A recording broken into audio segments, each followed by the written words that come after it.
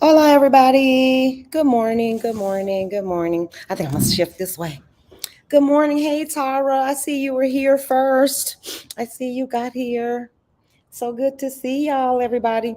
The trading day is about to start at 8:30. Yeah, I came on right before the time. Um, yep. So let me get this out the way. Good morning. My name is Sandra, and welcome to my channel From Lack to Legacy. On this channel, we are all things money, investing, and mindset, particularly how to go from a scarcity mindset to a mindset of abundance. If that sounds like something that you're interested in, you found your people.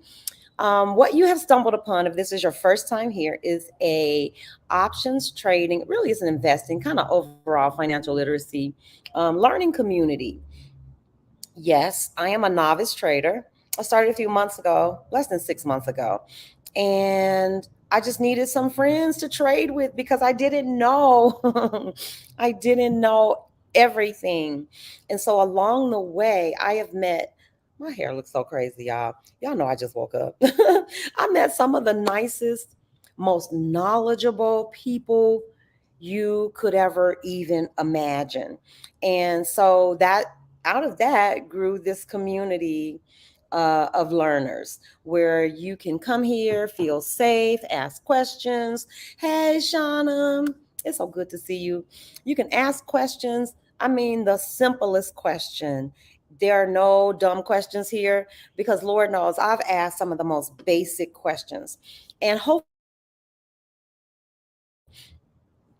hopefully I can answer some of your questions too. And we're going to just get started today. Oh no, we've got about 12 more minutes before the morning bell. So I picked a quote this morning that really kind of spoke to me. And it says, whatever you're waiting for, peace of mind, contentment, grace, the inner awareness of simple abundance, it will surely come to us, but only when we are ready to receive it with an open and grateful heart. And that's by Sarah Ban. I think her name is Brethnock. Well, today I'm feeling especially grateful. And I just wanted to share that with you guys. I promise you, it's a good life. It's a good life. And it could be a good life for all of us all the time. I think it's just the way we look at things. For me, it's always about mindset. Everything starts with mindset. Everything starts with gratitude and mindset for me. I can remember a shift, actually having a real shift in my thinking and how I saw myself relating to the world and what I thought I was capable of, what I thought I deserved. And honestly, you all, when I changed my mind, that's when things changed, especially in terms of money and how I handle money. So that's what you have stumbled on if this is your first time. If this is not your first time, welcome back, family. Hey, Marilyn. I see Marilyn, Tara, Shauna. This morning it was me and Tara's turn to be insomniacs. I think we were messaging. It had to be 3 o'clock in the morning. So I finally got back to sleep. I don't know, I guess about 5. And so when 7:30 rolled around, I missed Kathy's journaling again because for her it's 7:30, but for me it's 6:30 in the morning. And y'all, I struggle. 6:30. I ain't been up since at 6:30. It's been a minute since I was a working woman. And so Lord knows it's been a minute. But I'm still, you all put this on your schedules, your calendars. Has anybody been able to get over to Kathy's live in the morning on Tuesdays and Thursdays for live journaling? I need to be there. I need to be journaling. So I'm going to set my alarm. I keep saying it. This is Thursday. I think she might do one on Sunday too. But I'm going to set my alarm so I can be up and journal. I need to journal. I really do.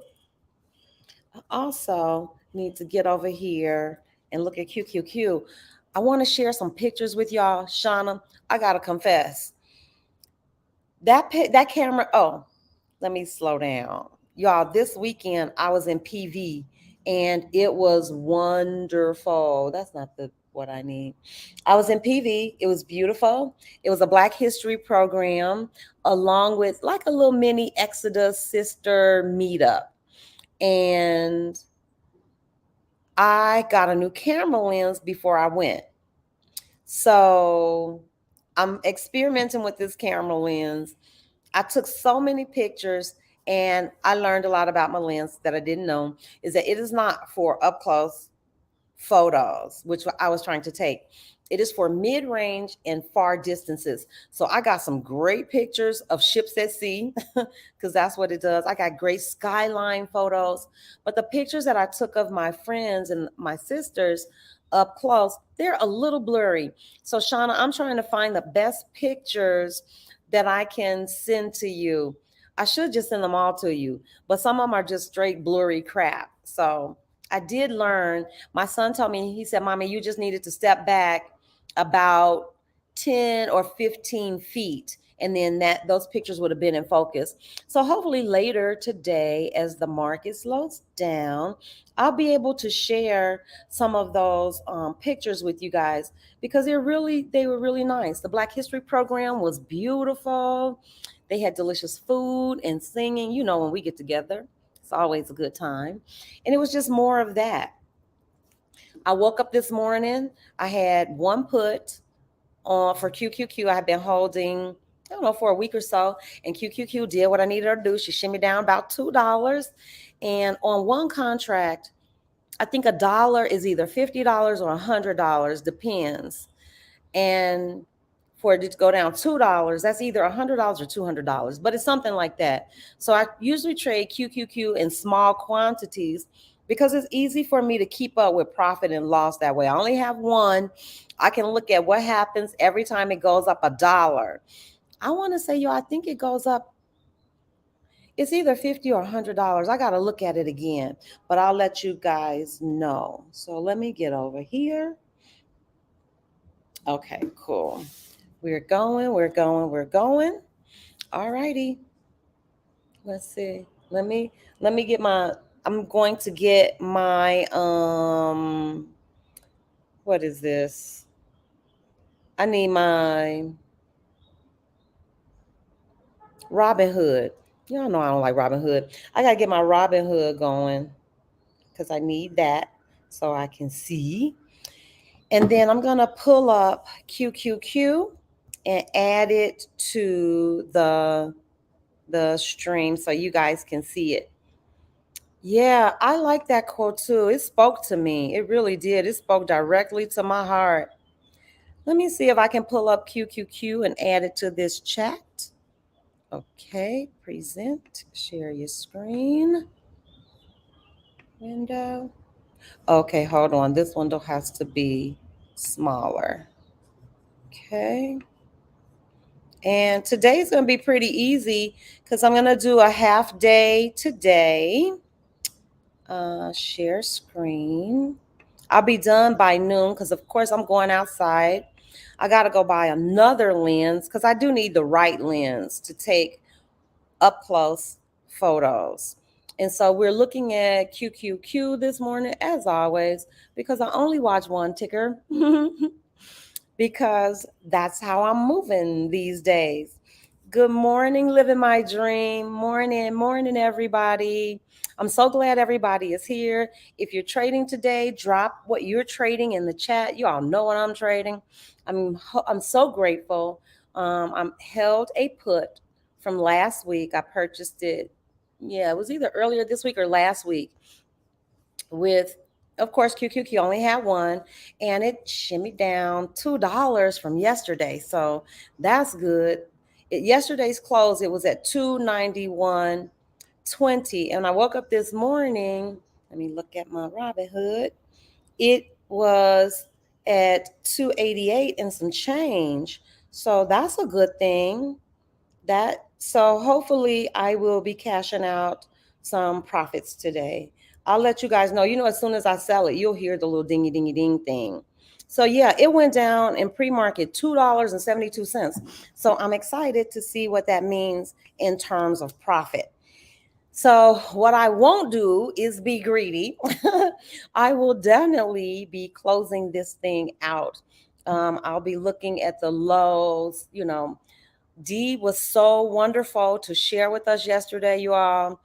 just a wealth of information. And I have a freebie from her. I need to get it either uploaded to the drive or to the, I better put it in the drive.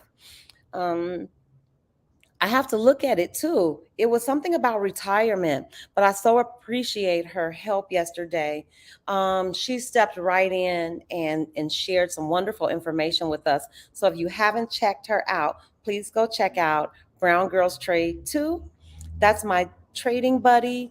And it was great to spend some time with her yesterday, and I'm just waiting for the bell to ring. So I'm gonna get the news going and all the stuff I need to trade. So let's get crack-a-lacking, y'all. Let's see what she does today. I don't know what happened last night. Maybe somebody in the chat knows what precipitated this downturn in the market. I don't know, but I'll take it. I will take it, take it, take it. And let's see if we can get some volume on this news. Okay, so Living My Dream says he's watching the main ones: Meta, Microsoft, Spy, Tesla, Nvidia, and Snow. I'm not sure what SBNY is. I saw this Snow was down. That came across. Yeah, Snow is down 10% to $139. That was in pre-market. That was 3 minutes ago. God only knows what it is now. But it looks like QQQ may be coming out of this downward trend. You can see that little sliver of green coming. Looks like she bounced off this RSI, got down here. Who helped me with this? It was either Johnny or Living My Dream, that when it's down here, the buyers are at the top, sellers. It was oversold a little bit in pre-market, and it's bouncing off of that RSI. It got down to 30 or less. Usually once it hits it, it turns blue like that. So I'm curious to see what this bounce is going to be like. I hope it doesn't bounce back too much. I'm going to be poised to sell. I'm just going to queue up my, let's see, I'm going to move this to 3 minutes just on the open so I can kind of see where we're going. Oh, Lord, I got to connect my Thinkorswim. Oh, no. What's going on? Okay, so I'm gonna log out of Thinkorswim, you guys, because it's cutting up. You see it. It's sometimes it'll come back in, but I need to know what it is right as the bell rings. So I'm gonna take this out. Oh, there it is. Hallelujah. But I don't need it popping in and out like that either. Okay, one more minute before the bell rings. SBN for a possible bounce.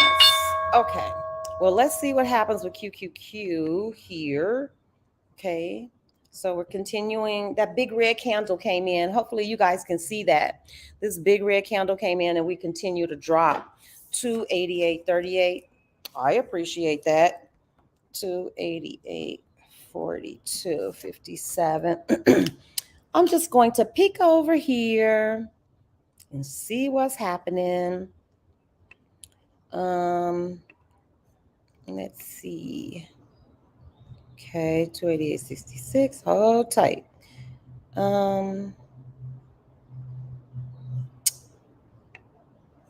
Man, you got to do this stuff every day. Because if you don't do this stuff every day, it's easy to forget where all the buttons are.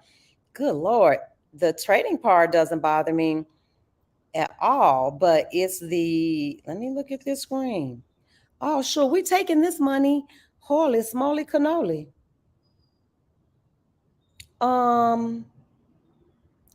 Oh,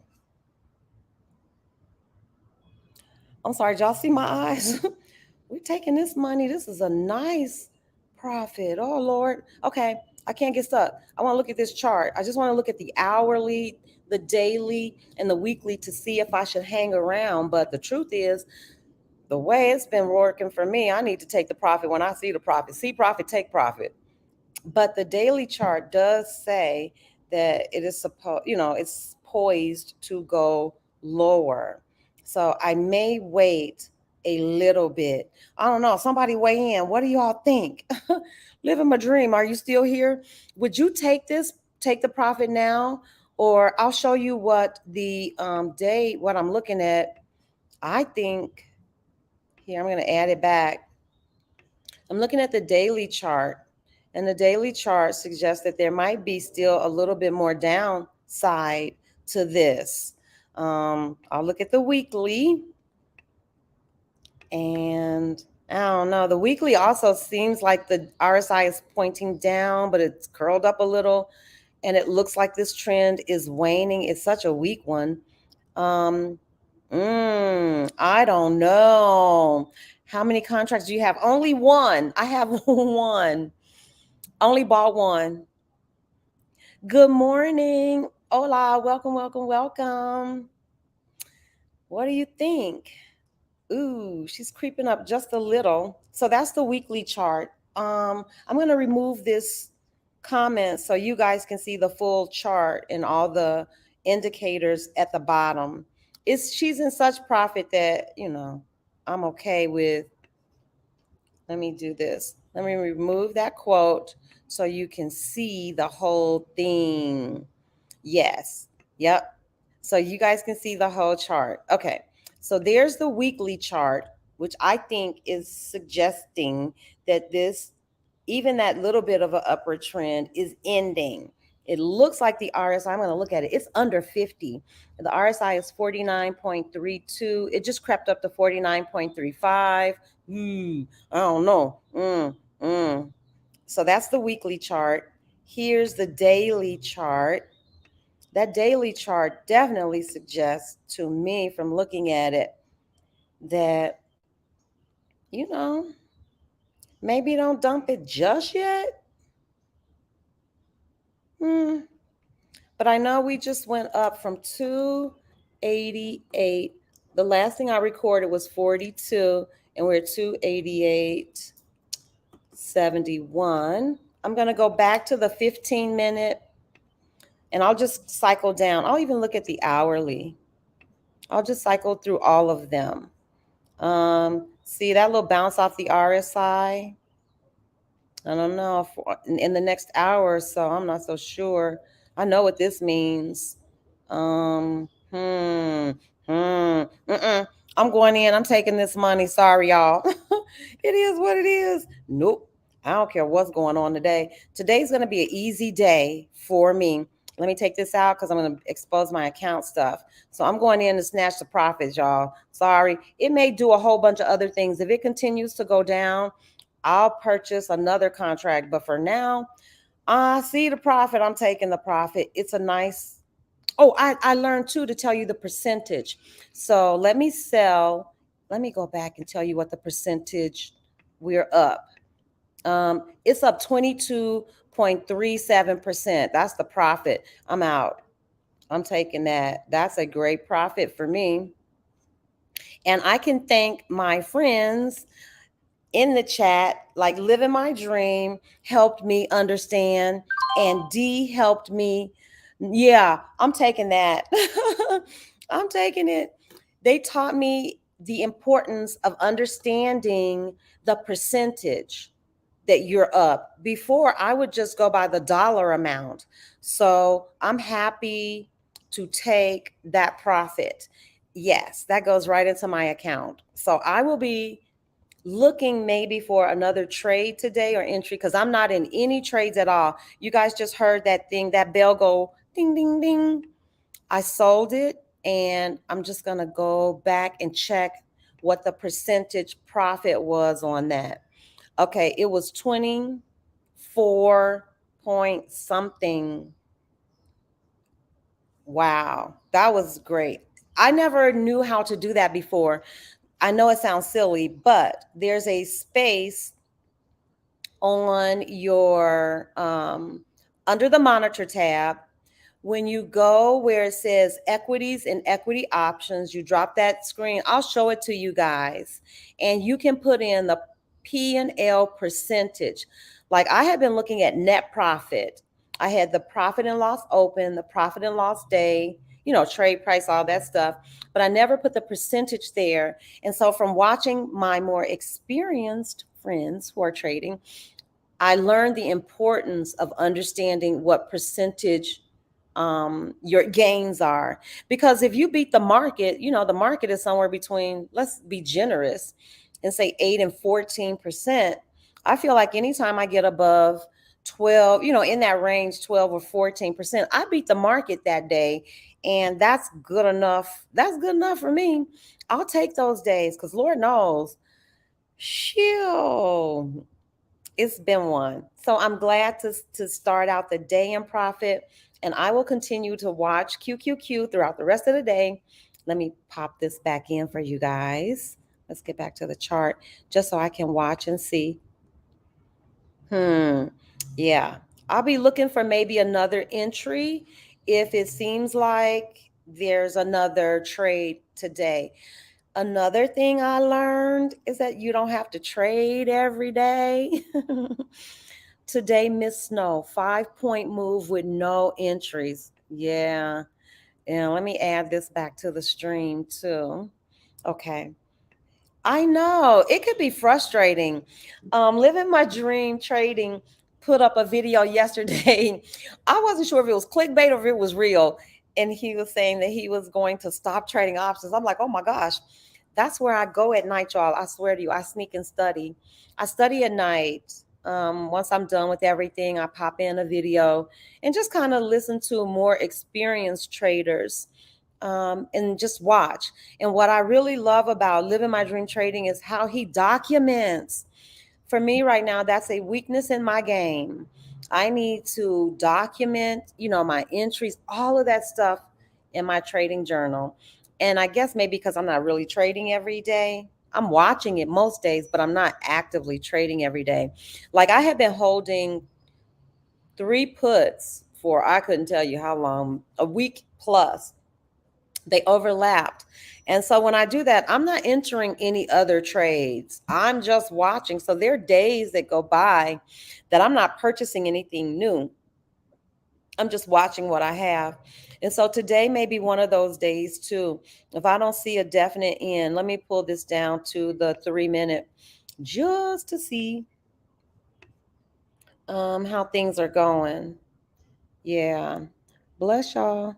Okay. I see. But oh wow. Okay, wait a minute. Whoa, whoa, whoa. Okay. I'm gonna chill for a bit. 288. It's just kind of right in the same place. 288.61, 288.66. Everybody's red starting out the morning that I watch. Everybody on my watch list is down from yesterday's close, except for Target, which is good for me because I got Target stock. I need Target to do something. Do something. I promise you, if you can do it, I can do it. And you just start slow. Don't let anybody pressure you either. You don't have to trade with money. You don't. You don't have to trade with big quantities. Well, Lord, I guess I better close all that up, y'all. You don't have to trade with big quantities. You don't have to do any of that stuff. You can trade in small amounts. That's what I do. I told y'all we were joking about this the other day. Dee asked me, I told her something about I was down on a trade. She said, Sandra, did you blow your account? I was like, who, me? I don't trade like that. I don't trade like that. If a trade of mine gets in trouble, it's just me in that trade. I'm not going to chase it. I'm not going to try to, I don't, I'm not a gambler. I'm really not. I just want to learn this game. I'm not a gambler. So I would never risk. I have a very low tolerance, not even a low tolerance for risk. I just manage my risk. I can't remember the last time I purchased more than 3 contracts at once. And usually 3 for me nowadays, that's too many. I'm a 2 contract kind of girl. I told you all why I like to.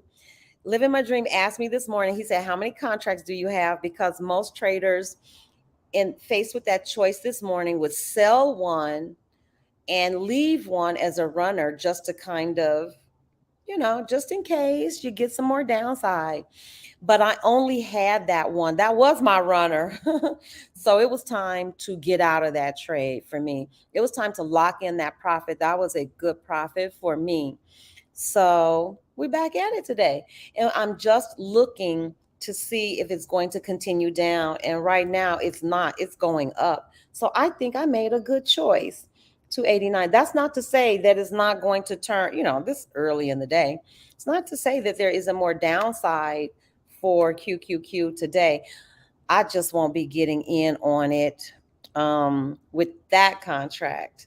I will look for other opportunities to jump in. But you all know mostly what I've been doing lately is swing trading.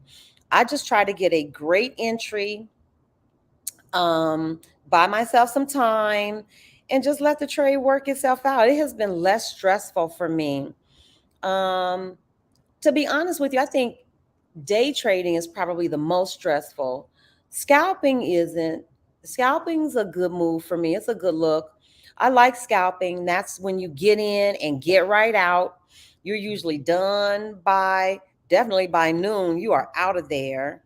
So I started out scalping. I think I'm probably a better scalper than anything else, to be honest. Because that quick move, if you catch that quick move, if you watch an equity enough, you kind of know how it moves. If there's some movement in the morning, when it's consolidating. So scalping is probably the easiest on my nervous system. But with scalping, you got to be right. You got to be right. You got to be quick. You got to get in. You got to have a great entry. You have to be more precise. So I can be less precise if I swing trade. I just have to know levels. I have to, make sure that move is within the horizon of the time that I purchase. And D taught me to purchase less expensive contracts. And when you do that, you're risking less money. And so you can affect your risk to reward ratio by paying less for your contract. So that's what I'm learning now, how to, again, buy the best options contract. So y'all know what I'm doing. That's what I'm doing. You are watching me do it. Yep, ease. Yep. Ease is the name of the game, y'all. How can I learn this skill? Make a few dollars along the way, share what I'm learning, and still have a life. Because I promise you, it's so different for me here in GDL in Guadalajara. It's so different. In Playa, I felt locked behind the gate. I told y'all that apartment, while it was in a beautiful neighborhood, it was locked down. It was maximum security. So going out and coming in, uh, it was almost easier to just stay in. Hey, Elle, welcome, Elle, welcome. Good morning. But this is Guadalajara makes you want to go outside. It's so easy to move around here. It's so green and people are friendly. It's amazing. It's been really great for my mental health and my psyche. I'm happier because I can get out really easily. I have a great balcony. I can kind of walk around too. You all know I like to walk. I can be up at 3 in the morning, 4 in the morning, and being able to walk. I mean, the balcony goes all the way around, so I could really get in a nice little walk, and it's pretty to see. So it has done wonders just for helping me get out of the house. So yeah, we're watching QQQ shimmy up. I got out of there just in time. She's up. It was 288.42 when I first wrote it down. That was the last thing I remember. It was really less. It was under that. But I wrote it down first at 288.42, and now she's already almost up a dollar. 289.23, 24. Yeah, and it's creeping up even more. So right there, that would have been a dollar down. I'm glad I got out of there. Yes, please join us on our next Zoom. And then I'll put up a poll too, you guys, for what you want to discuss in the next one. I can show you some things really simple that Dee and I discussed, which was an entry. We dissected two of my trades, two of the last trades, the ones that I just sold this week. One was an excellent entry. I can show you why it was a better entry, and one wasn't a good entry. Two things that helped me. I added to my, what is it? Options chain, the high and the low. So now when I go to buy an options contract, before, you guys know I had delta because that's how you get paid. I had theta because I knew I would be swing trading. How much was I going to be paying for this contract? I had the bid ask, of course, and open interest, and I think implied volatility. Well, I think what's going to be more helpful for me is understanding the high that contract sold for and the low that contract sold for, and that way I know not to overpay for my contracts. So I learned some real things, y'all, and I want to share what I learned with y'all, because before I was more concerned with the safety, the security of the contract. I wanted to make sure that I was looking at the delta, the higher delta. I wanted to get paid, of course, most. I wanted to risk little. But in that approach, I was probably buying I was not probably, I was buying some of the most expensive contracts. Well, now that I know high low, and you should add that, we can go over that in paper trading. That could be something. I'm telling y'all, picking the right options contract and entries, I can help. I finally think I have it. And I'm telling you, living my dream has helped me so with calculating, like, when do you get out of that trade? What kind of profit do you want to make? So there are a few things that I want to share with you guys that I learned about how to enter a trade, when to enter the trade. It's been phenomenal. I'm learning more. I think I'm not on camera as much and I'm not out here with you guys as much, but I'm learning more. And I think that might be a benefit to us too, because I can bring people to you who are teaching me. I can show you what I have learned in some really easy to understand, kind of sessions. So that's what we're working on. That's what I'm working on. I am working on all those simple things, like, how do you know what the best price is for your contract? And I'll go over it too, because nothing's going on. Nothing's going on right now, really. I'm not about to get into a trade, to be perfectly honest with you all. I might not even trade today. So I think what I'll do, if you guys want to pull up your paper trading, I don't know, wait a minute. Let's see, because I was looking at that. Let me share this with you. Let me get this comment out the way. And I think you guys will be able to see this. Yeah. Okay, I can see better too. Well, I'll go through what I'm thinking. Oh, can I change the thing from here? No. At any rate, as this RSI creeps up, if you were interested in purchasing a put is what we buy when we think the price is going to go down. And I do think that QQQ may have some more downside.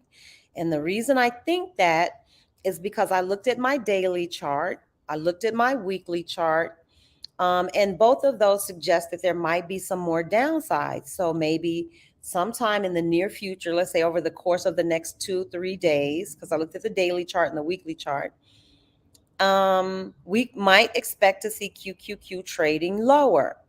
Well, a good entry point, or one of the things you might consider when you're entering and you want to buy a put, because your thesis is that the price is going to go down, and my thesis is the price is going to go down, is once your RSI is up here high, like this RSI is, And I wish I could see a value for it. I'll have to come out of here to see the value.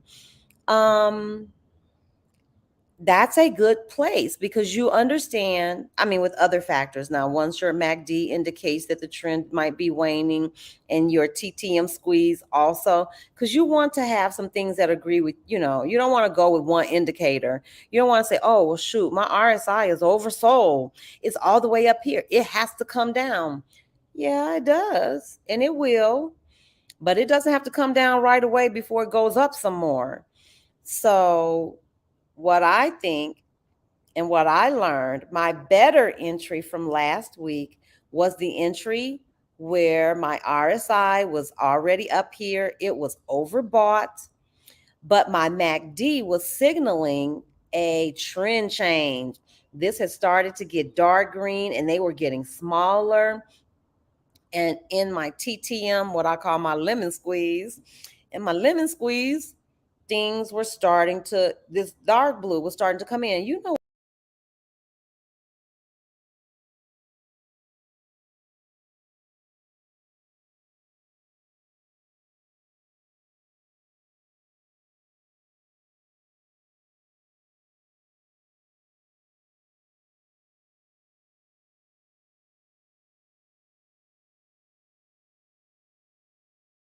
Put myself back into it and let me finish presenting.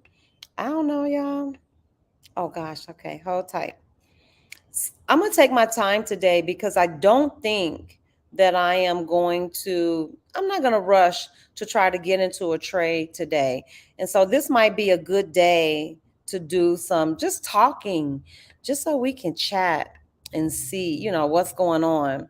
I am so glad I got out of there when I got out of there, you all. Look, it's just going up. So now it's up over $1.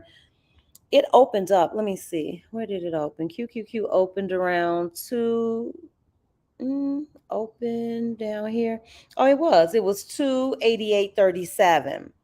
288.37. And now we're at 289.73. So definitely up $1, about $1.50. So I'm glad I didn't give all of that profit back because I would have had to sit, for the rest of the day and hope, and it will come down. You guys see, it will come down, but it doesn't have to come down right away. You can see right here that it is overbought. It turns red. At least I have mine set up so that it turns red. And it looks like the RSI, it sometimes will give you that value. Let me close this and see if it'll give me the value.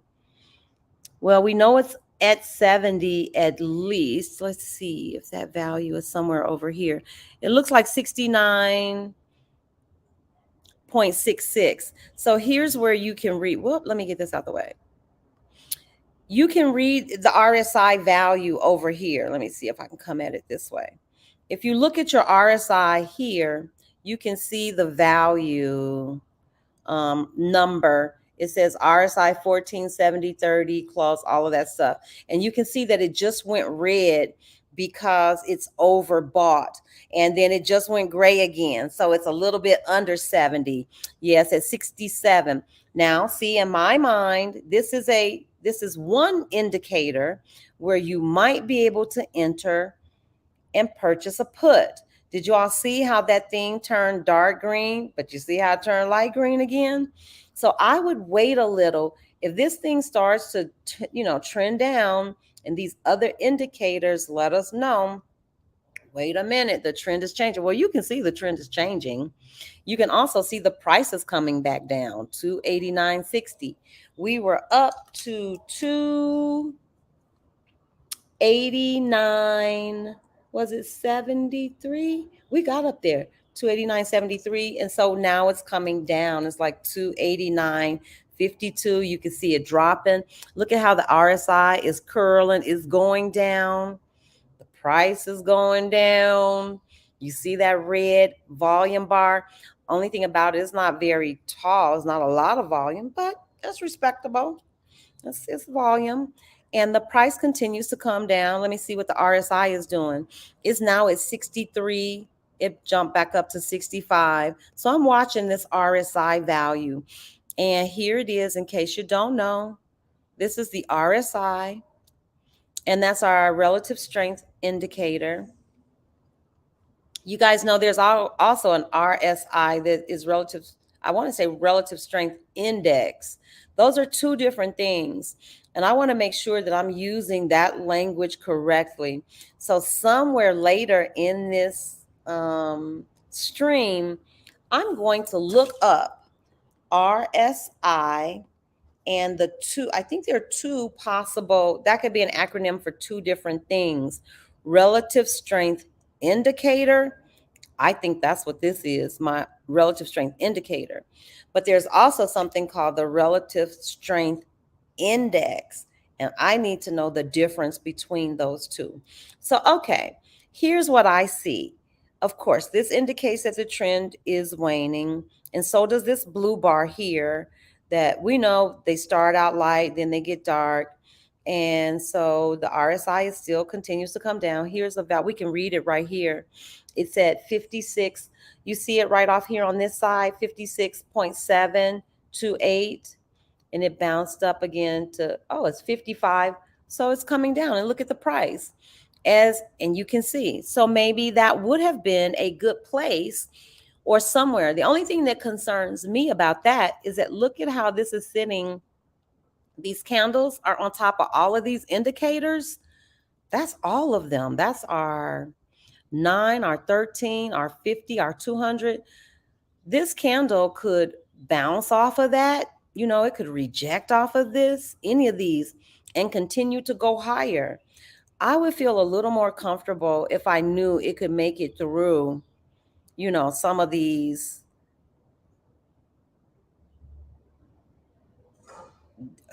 our 13, our 9, our 50, and our 20 simple moving averages. And you guys know what a simple moving average is.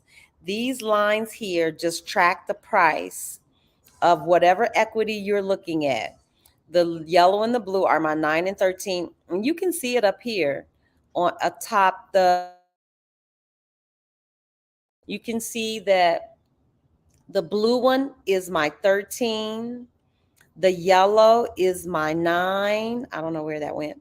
And then the 50 is pink, and my 200 is this green. And you guys see what happened? It didn't cut through those. So, and did you see it bounced off of those and it turned back up? Yeah. So, yes, if your RSI, if your, RSI indicator, this indicator here is in overbought territory, that means 70 or better, you might want to look at, okay, that thing has to come down eventually. Maybe this might be a good place to consider buying a put because it has to go down. But you also want to look at this. You want to look at your simple moving averages because, yeah, that red candle was like, yeah, I might be trickling down, but it wasn't able to go through all of these simple moving averages. This is let's see, what price level is that? 289.60. So I would say 289.50. That's about 289.50. And it may not go lower than that because you would have to come through all of those. And that's pretty significant. And so again, looks like she bounced right off of it and she's gonna keep on bouncing up. Did you see? That one down here in our TTM squeeze, it was dark blue. It flipped right back to light blue because this trend isn't waning like I initially thought. So that's why you use all of the indicators together to keep you out of trouble. So I'm looking at my RSI. Yep, it's going right back into overbought territory. That number right now is 65.84. We know at 70, it is officially overbought. It just jumped up to 68. So it's somewhere, it's high up there. And did you see this green on our MACD? Did you see that brighten up again? And these things are pointing up to the sky. Look at it. And there's the price going right back up. The highest we saw was, highest I have recorded was 289, I think 73. And look at it at 290. And it's a good thing I got out of this, y'all. I had a put. If I didn't sell that put this morning, first thing, I would have had to sit through all of this up. I would have lost, a sizable amount of that profit, because overnight the price went down more than $2. So I didn't want to give all that back. I would have given it back. You can see, let me see, let's put it on the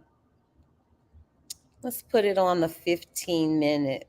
So we can just look at what happened overnight. Don't pay attention to that, y'all. Those are just my markings. I'm learning too how to do channels and all that other stuff. So that's what all that goobly gook is. But this is what we're concerned about, what happened overnight.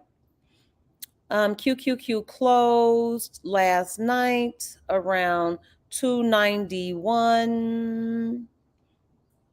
What was it? Oh, no, I forgot what the close was. I can look it up. But overnight, you can see the price dropped, did a little consolidating, and it dropped.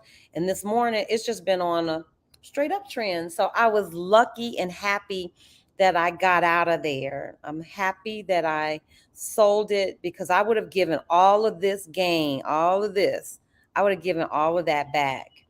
And I don't want to give that back. Are you kidding me? Let's see, because all of this, that wasn't much gain here. We got that gain here. We got earned some more profit here and here. And here is retracing and giving all of that stuff back. So no. So on the 15-minute, again, we can still look at our RSI, and you can see the value is 64. If you don't know where I'm looking, I'll show you where I'm looking.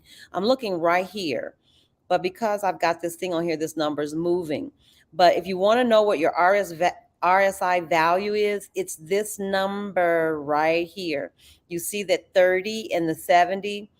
30 is when it hits this bottom. That is a value of 30. That is oversold. If it hits 70 at the top, like it's headed to 70, that means it's overbought. And that makes sense, because look at all these buyers, and buyers are driving the price up. So just really simply looking, just looking at the candles, looking at volume. That's how many active traders are actually in this, trading right now with us. The RSI tells us, somebody described this, I think, as like the heartbeat of I think Tiffany from Modern Black Girl, I think she described the RSI as the heartbeat of your, of the trade. So you're looking at it, how healthy is this trend, or it is here to help you decide what you're going to do with your trades, y'all. Study RSI, relative strength index, relative strength indicator. I'm going to look that up for us today. I'll do it right while we're together, so we can figure out the difference between those two. And yep, look at this. Here's a crossover. And we see this is all green. Yeah. The downtrend is over. It was a good thing. Good move to get out of there when I got out of there. I'm glad. I'm glad I got out. Oh, Elle, don't be overwhelmed. Come and hang out with us. Let's just talk girl talk. I know you have to do what you got to do. Yeah. It could be stressful. We have to mitigate our stress. Marilyn reminds me, ease. Not because you don't have to do it. Anything that I don't have to do these days, I'm just not doing it. I'm just going to embrace all this ease, y'all. Just embrace the ease. It is what it is. Okay, so QQQ is doing her thing. She's shimmying up. So for anybody who, when it was down here at the open, if they bought in and got, wow, I can't believe it's gone on. I can't believe we've been here that long already. We're on the 15-minute. Let me go down to the 5-minute and see. This is same. Wow, that looks nice.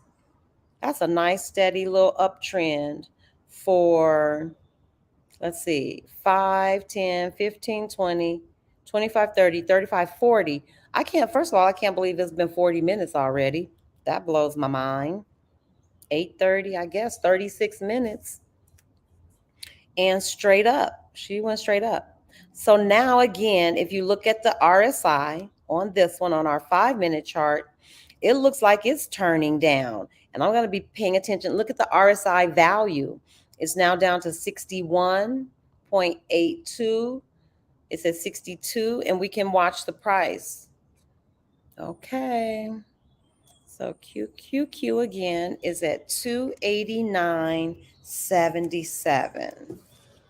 289.80. So I'm gonna just do some watching today. We'll watch and talk. If you guys have any questions, anybody, drop it in the chat. If you're trading anything, let me know what you're trading. And we'll just do some chatting today. And I'm gonna share some pictures with you all from the mini Exodus meetup. It was so nice to be in a beach town. It was beautiful to see the beach.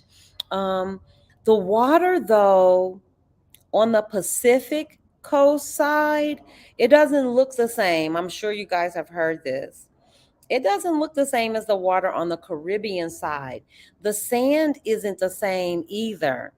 The sand is darker. I wouldn't say it's coarser, but it is noticeably darker. And the water, it reminds me more of the water that I saw in Chicago in Lake Michigan. It's blue, but it's not that vivid blue. Anybody who went with us to Isla Mujeres when we had the meetup last year, oh my gosh, that was the most beautiful water I ever saw in my life. Y'all see that big old red candle coming? It cut through the 200-day moving average. I want to see what it does at that 50. Well, it's not cutting through. It may bounce off of that too. It may not be able to go beneath. I'm watching. What is it doing at that 200-day moving average? Is it going to be able to cut through these to continue down? Because again, even on this 5-minute, you guys can see the RSI bounced off and it's heading down. This MACD suggests that the trend might be waning because it's no longer bright green, it's dark green. But when I look at my lemon squeeze is like, nah, it's not over yet. I wouldn't jump just yet. So I'm just going to be watching the RSI, my MACD. I'm going to watch how these candlesticks are responding to my SMAs. This is the stuff I know to do. Hey, Marissa. Thank you for coming this morning, Marissa. We have an appointment today, Marissa. If yeah, I'll see you later today. We'll talk later today. If you want to talk, we could talk or we could chat. We could do a Zoom, whatever you want, we'll do it. I'm so glad to see you. Yes, please don't forget to hit the like and subscribe button, guys, too. It helps the channel so much. Y'all have no idea. Those stats all help. And we have grown this. It started out, y'all know how all YouTube channels start with 2 people, and we've grown it. We've done this together. I don't watch videos, y'all. I cannot watch enough videos to get those numbers up the way they are. 700, we're almost at 800 subscribers. And anyone who is starting a YouTube channel, if you are, drop it here and we will shout out your channel, support you, like and subscribe, because that's how we do. It's a village. We come here, we love on each other, we support each other. Yep. So if you are thinking of starting a YouTube channel, please hit me up. I will share with you. I give it away, I promise. People gave it to me, so I will give it to you. How to get started, what I think is helpful, all of that stuff. So if you're new to trading, welcome, welcome, welcome. You have found your people. Most of us are new traders, and I mean very new. Like some of us have never pushed the button new. And I started pushing the button, like sending in orders back in November. No, it was before November, October, November, December, January, February. So just over 4 months that I have been actively trading. And in the beginning, I was doing a lot of paper trading. So I can't even tell you like when I really start trading with money. maybe 3 months, maybe 90 days ago, something like that. I don't know, relatively short time. So if you were looking for a community of experts, or if you thought I was an expert, no, no, no, no, no. I am a retired grandmother who wanted to really take more control of my finances. I wanted to be an active participant in my own finances, just point blank. I had always been an investor. I always invested in stocks. That was a little easier to understand. You know what an Apple stock is, you know what Amazon is, you know that stuff. And you can tell if they're doing well in the market or not. So that was my introduction. I traded just flat out shares. And when the market took a downturn, I couldn't do anything, because you can't make money on shares alone if the market is in a downturn. And it was clearly a downturn. So I was just sitting on the sidelines watching people make money, and I'm like, how are they making money in this down market? Well, they were trading other things and investing in other equities. And that's when I discovered options, that you can make money going up or down. And I took out a sizable profit. It was 24%. That's good. I took out a 24% profit this morning because QQQ tanked overnight. It went down $2. And so I was able to retrieve that this morning, and just in the nick of time, because it shot up to 289, where it is now. It was higher than that.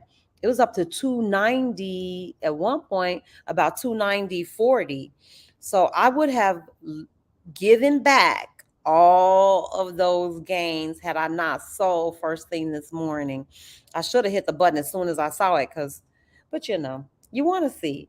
So now it does look like she's trending down. I always like to see a candle close beneath that 200 SMA. So I'm waiting to see if this candle, I'm on the 5 minute, is going to close underneath there. And that's all I'm doing. I'm just watching today. I may or may not enter into a trade today, because we're a winner. And I heard somebody say this too. Don't turn a winning day into a losing day. Don't do it. If you're up for the day, that's a plus. So I won't be greedy and try to force a trade. I'll keep watching. And guys, did you see what happened? That red candle did not really, it's still struggling right above this 200 day. And then this candle opened up green. So that is all. The shape of these candles is communicating to us. When you have these full bodied candles like that, that's a healthy candle. And clearly, look at the volume. We know sellers are clearly in control. Even though there's some wicking here, that wick means that there were some buyers present, and the buyers, have an influence on this price. You could tell. That's a pretty long wick. Well, I'm not surprised that the next candle was red, because there was a lot of selling pressure here, because this candle opened up green down here. It opened up and it closed up here. But because there were sellers present, they were able to influence this price. And so the next candle is red. I'm not surprised by that. But you can look, it's got one of those long, tails. It's got a long wick as well, which lets you know that there's some opposition there. Those wicks indicate opposition. At any period in time, y'all, if they're buyers and sellers, it's just like any market. If you're at a market, a fruit market, they're buyers and sellers. The person who's selling the fruit, the people who are buying the fruit, they're always present in the market. Buyers and sellers are always present, and they're always battling for control. And the candles tell us clearly who was in control for that time period. I'm on the 5 minute. This 5 minutes, it looks like the sellers were in control. But you got to pay attention to that wick, because there were still buyers that influenced that price. So whenever you see a candle, and particularly these short body candles like this, it's telling you something. Yes, the sellers are in control, but not overwhelmingly. They weren't overwhelmingly in control. And it looks like it's building up some momentum. Well, that makes sense. Look at this. Look at the volume. Yeah, momentum's building. More people are entering the market. More buyers are coming in. Oh, well, consequently, look at that bigger candle. All of this stuff is really kind of logical. I think if you can make sense of just what you are seeing, what is this chart saying to me? If you could just understand this part, the rest of it will kind of fall in place. So now we have another red candle. I'm telling you, they are duking it out this morning. So we've got a little short body. This was almost a hammer, but it's got a wick on the top. And we have a candlestick Bible in the Google Drive. If you want to know what the shape of each one of these candles means, I'll pull that up later too. So I know we said we were going to talk about RSI, and I'm going to pull up the candlestick Bible too, so that we can start to talk about, what is a hammer? What is it telling us? So this tells us that there are sellers present. It was overwhelmingly sellers, but they didn't have a lot of strength, because look how little that is. Okay, and then here come the buyers again.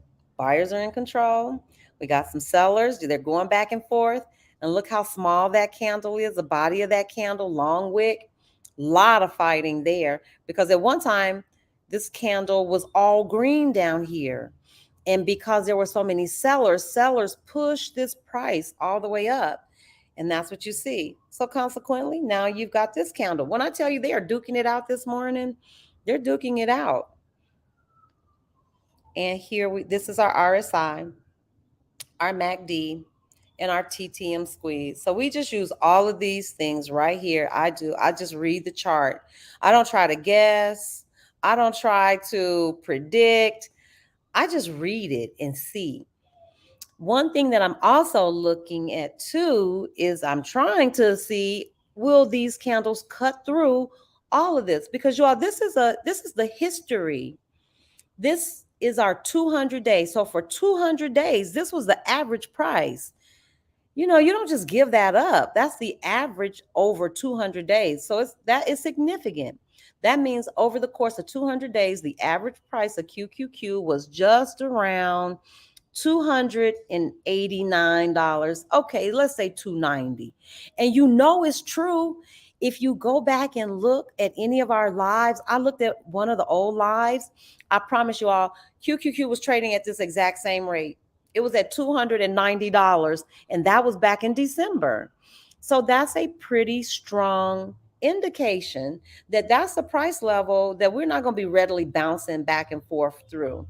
And then we have the 50-day average. So over the last 50 days, the price was hovering right around $289.27. So right in here, somewhere between, I'm going to go with the lowest, somewhere between $289.23 and $290. So somewhere between $289 and $290. That's where she's been trading, you all, for the last, that's the average of where she's been trading basically over certainly the last 3 months, because I looked at it myself. So I'm not surprised that it's trading in this little range here. But this is promising to see these two red candles together.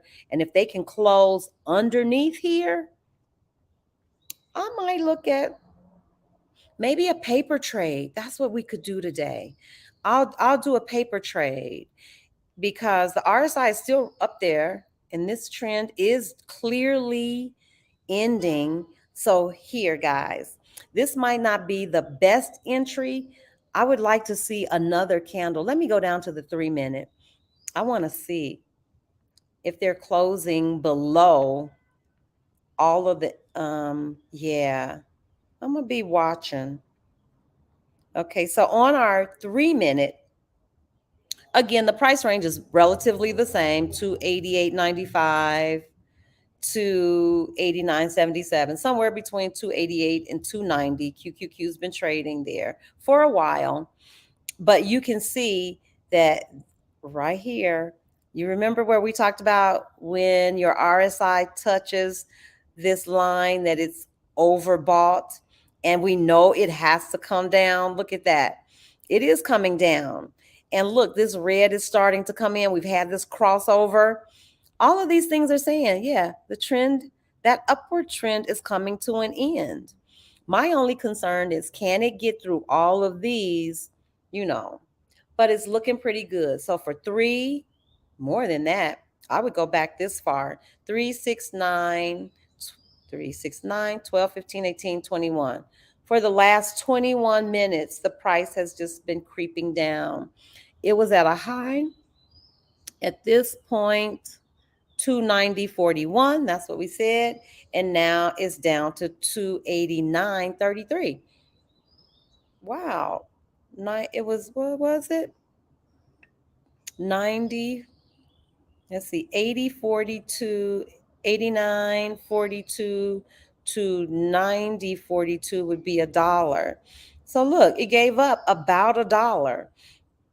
So, and it doesn't look like this downward trend is over. We've got this little red coming in. I would like to see these open up a little bit more.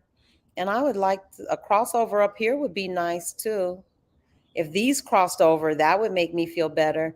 The fact that they're still kind of pointing up, yep. Did you see that green pop back in there? The fact that there wasn't a crossover and they're still open like that,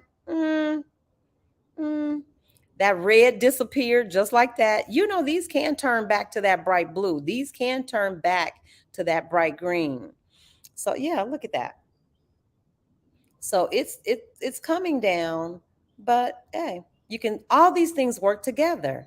Look at the RSI pointing back up. That's why I say, y'all, this is not rocket science. And I don't like it when traders, especially professionals, and y'all know who I'm talking about, the pros, the Jareds, try to make it seem like this is something we can't understand.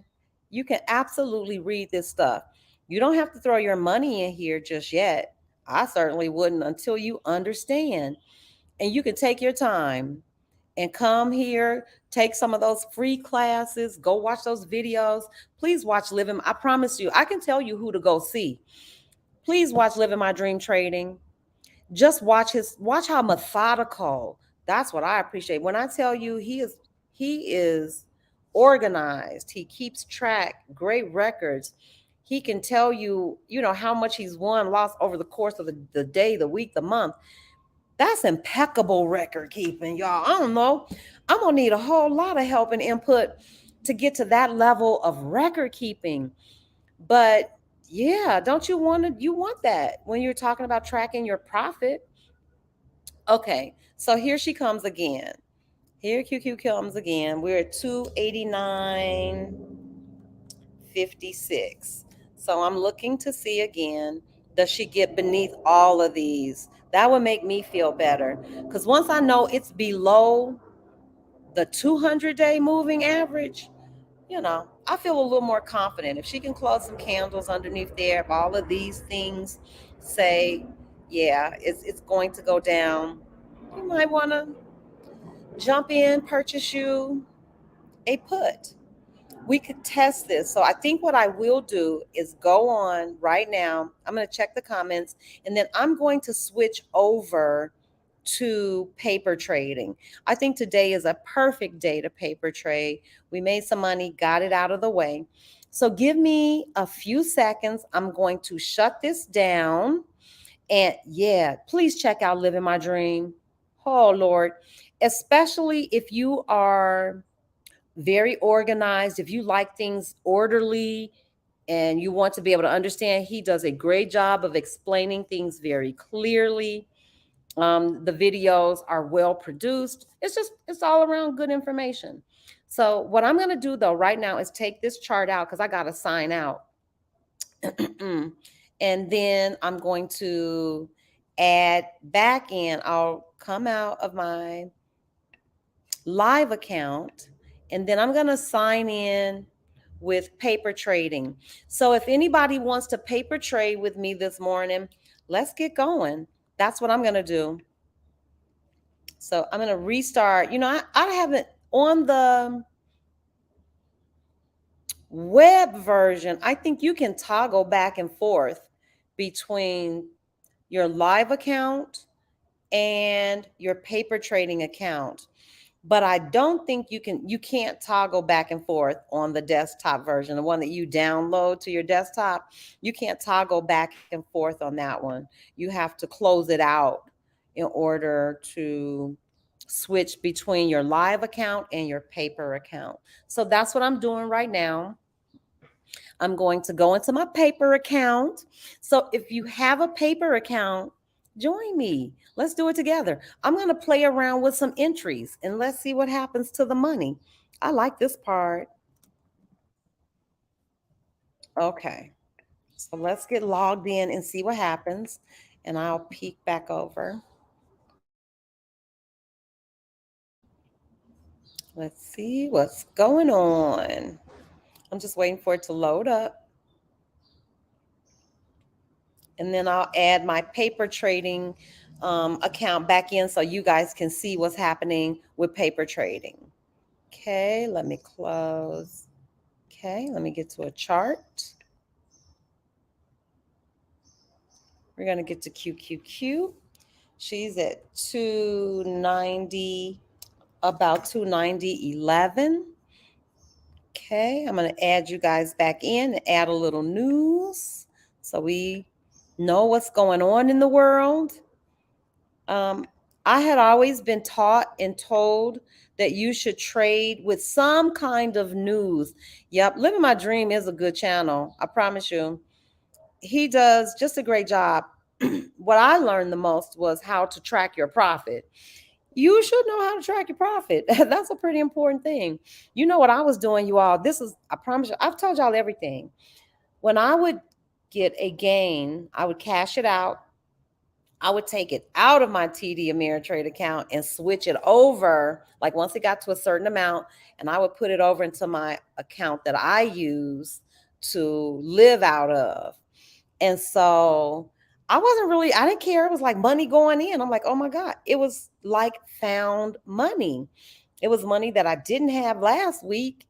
So I wasn't keeping track. I knew the dollar amount, but I didn't know what percentage, like was that a 10% gain or 100% gain? I didn't know that. If you want to be meticulous about your money, please go check him out because he is meticulous. It's not intimidating either because he explains to you exactly where those figures come from. So that helped me, and I'll show you how to add that. So I'm in the paper trading account now. So let me pull it up. I'll share that screen with y'all. Okay. And then we can just paper trade together. That works for me. Okay, so we got a little news. Tesla shares under some pressure today, but it's not alone. Some of the derivative plays are getting hurt. Okay, I'm going to look at Market Watch. They just said that Tesla was under pressure. Remove rare earths from its motors. Yeah, Tesla's bright red. Let's put it over here on the ticker. 75% less silicon carbide in its next generation cars. And so that's why Tesla is down $11 today. We can look at that chart. All plunging this morning. For example, Wolfspeed is down 11%. QQQ is still, but see, QQQ is still above. This, however, the sell-off might actually be a little bit too even though it's down, it's still above what we sold at. So we're still doing great in terms of profit because I sold somewhere down in the 288 range and she's at 290. So yeah, I sold first thing this morning. So let's get over here and look at it. That's Tesla. I'm gonna go to QQQ. That's QQQ's chart. I'm gonna silence her just a little so that you guys can hear me. Oh yeah, yep. We were just saying, living my dream, that you do a great job with tracking wins and losses. And that's something I want to work on too. You all know I'm learning these pieces by piece. I just learned from Living My Dream and who else helped me with that? I think Johnny helped me with it too. How to determine and threw in some sprinkle some spice on top of there to help me understand how to track the percentage gain and the percentage lost. Oh yeah, it is. Let's put that up there. Yeah. So we're in my paper account now, and we're going to look at maybe placing a paper trade and looking at how the trades differ with your entry, because I did that last week with D. This is my daily chart. Let me get down to my 5-minute chart. I looked at two trades that I took, and it was so clear to me that one was it wasn't the worst entry, but one was clearly a better entry.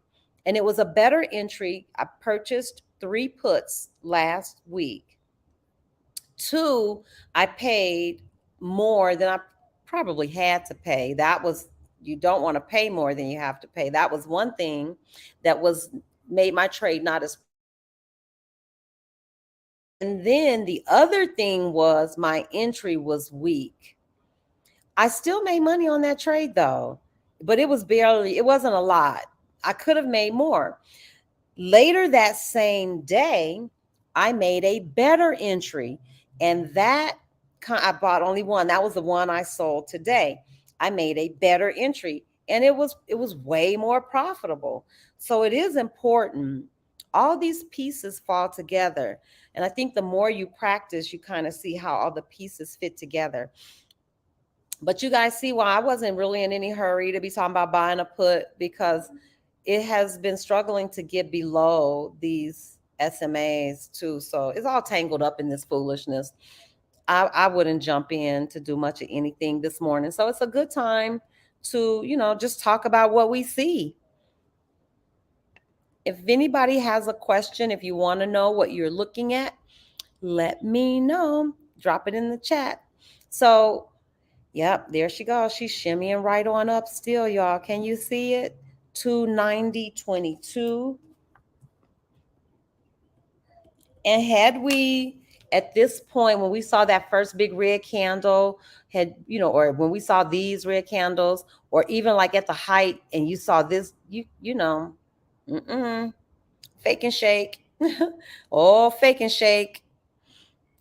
So it just bounced off. I want to say it probably bounced off this SMA. I'd have to look at it.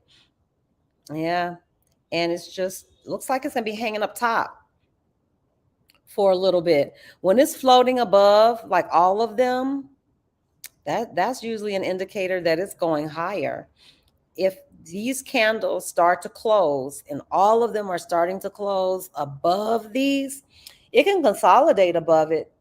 But generally, when it starts closing candles like that above all of them, that's a pretty good indicator that you might be looking at some upturn. Did anybody see how these were? It looked like the trend was going to wane. They were dark, dark, dark, and then it bounced back bright. Watch those colors. I'm fascinated. This is all I do. I like watching it. I don't even need to. It used to be I always wanted to be in the game. Oh, Lord. I could tell y'all so many things not to do. There's an excitement that comes over you, like when that bell rings at the prospect of making money, because you can make some money. That's the truth. You can make money. And I think early on when I was trading, the adrenaline would have me just like, get in there, get in there. And I think over time that has, subsided. I still get excited with the day, and the bell rings and I know, but I don't feel like I have to trade. So many people have shared so many wisdoms with me. I promise you, take this one with you. Tuck this one in your heart. Don't take a winning day and turn it into a losing day. That's simple. That's not even trading. That's life. Don't take a good day and then go do things to muck it up. So I'm not mucking it up. I think I'm paper trading with y'all today. We can talk girl talk. We can talk trader talk. We can talk all y'all want. Y'all can ask questions to times get better. And that's what we're going to do. So I will take a paper trade. I'm going to look and I'll try to pick the best entry possible. I'm also going to, while this thing is shimmying up, because what I would prefer to do is buy a put. And the reason I would prefer to buy a put I'm going to go back and look at my daily chart. I'm going to look at my weekly chart and see what they say. So here's the daily chart. You can tell it's my daily chart because it's got a D up here. If you go up here and hit this little triangle, it drops this time. These are all the time frames that I have saved that I can look at this chart. And right now we're looking at it on the daily chart. So each one of these candles represents one full day of trading. And yesterday, was that yesterday's? Well, you can see starting here, there was a crossover and price has just been kind of creeping down a little, creeping down slowly. You can see on the daily chart how the RSI is just going down slowly. We had a crossover right here because remember before, when it's going up, for me anyway, my blue line is on top of my yellow line when it's going up. So when I see that crossover, now the yellow line is on top of the blue line. It's so clear to see. It crossed over here. The trend changed. It's waning. And then here comes this downward trend. I think if you don't leave with anything but that, man, that's a winner. That crossover is important. And you see the same crossover here. You can see as price was going up, this is my 9-day. My 9-day moving average was on top. My 13 was on the bottom. As the price and the trend began to turn downward, you can see the crossover. Now the yellow is on top. So it is indicating, that's a visual indicator for me. And not to mention all this price going down. These are visual indicators. Okay, this is a downward trend. Well, look at your RSI. Right just before that little crossover, look at how the RSI is starting to tick down. This value is now down to 44. That's good. It was up at 70 something. And so the RSI value keeps creeping down. And this is on my daily chart. So I'm fairly, I wouldn't say 100% confident, but this says, as I read it, and even looking at your MACD, there's another crossover. You know, you see these red candles, they're bright red. Maybe we still got a little left to go down.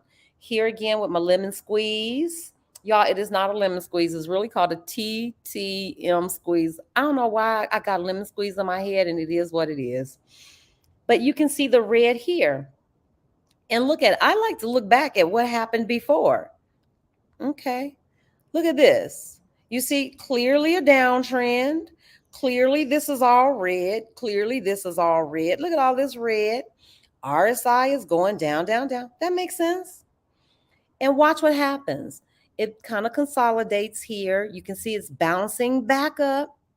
Here's the crossover. It's a little late. They do call this the MACD. I think they refer to it as a lagging indicator, which means it kicks in a little bit after the trend has already started, but that's okay. But you notice I promise you, I'll keep it simple. It goes from red to yellow. And once those yellows get smaller, it goes into blue. It does that. That's just the way it works. So you can see downward trend, downward trend. It's starting to go up. When these yellows start to come in, you might want to consider, okay, paying attention, because watch this. Price starts to go up. It continues to go up as long as these are that bright, bright blue. And then once these things start turning that dark blue, look what happens. We're going down and we're going into our red. So if you don't do anything else, just study that. Just study that. Just look at, well, what is my MACD doing? What is the RSI doing? I promise you, that's what I do a lot of days. I might have 1 or 2 contracts in. I'm not concerned about them because I've got 7 days for it to do what it's going to do.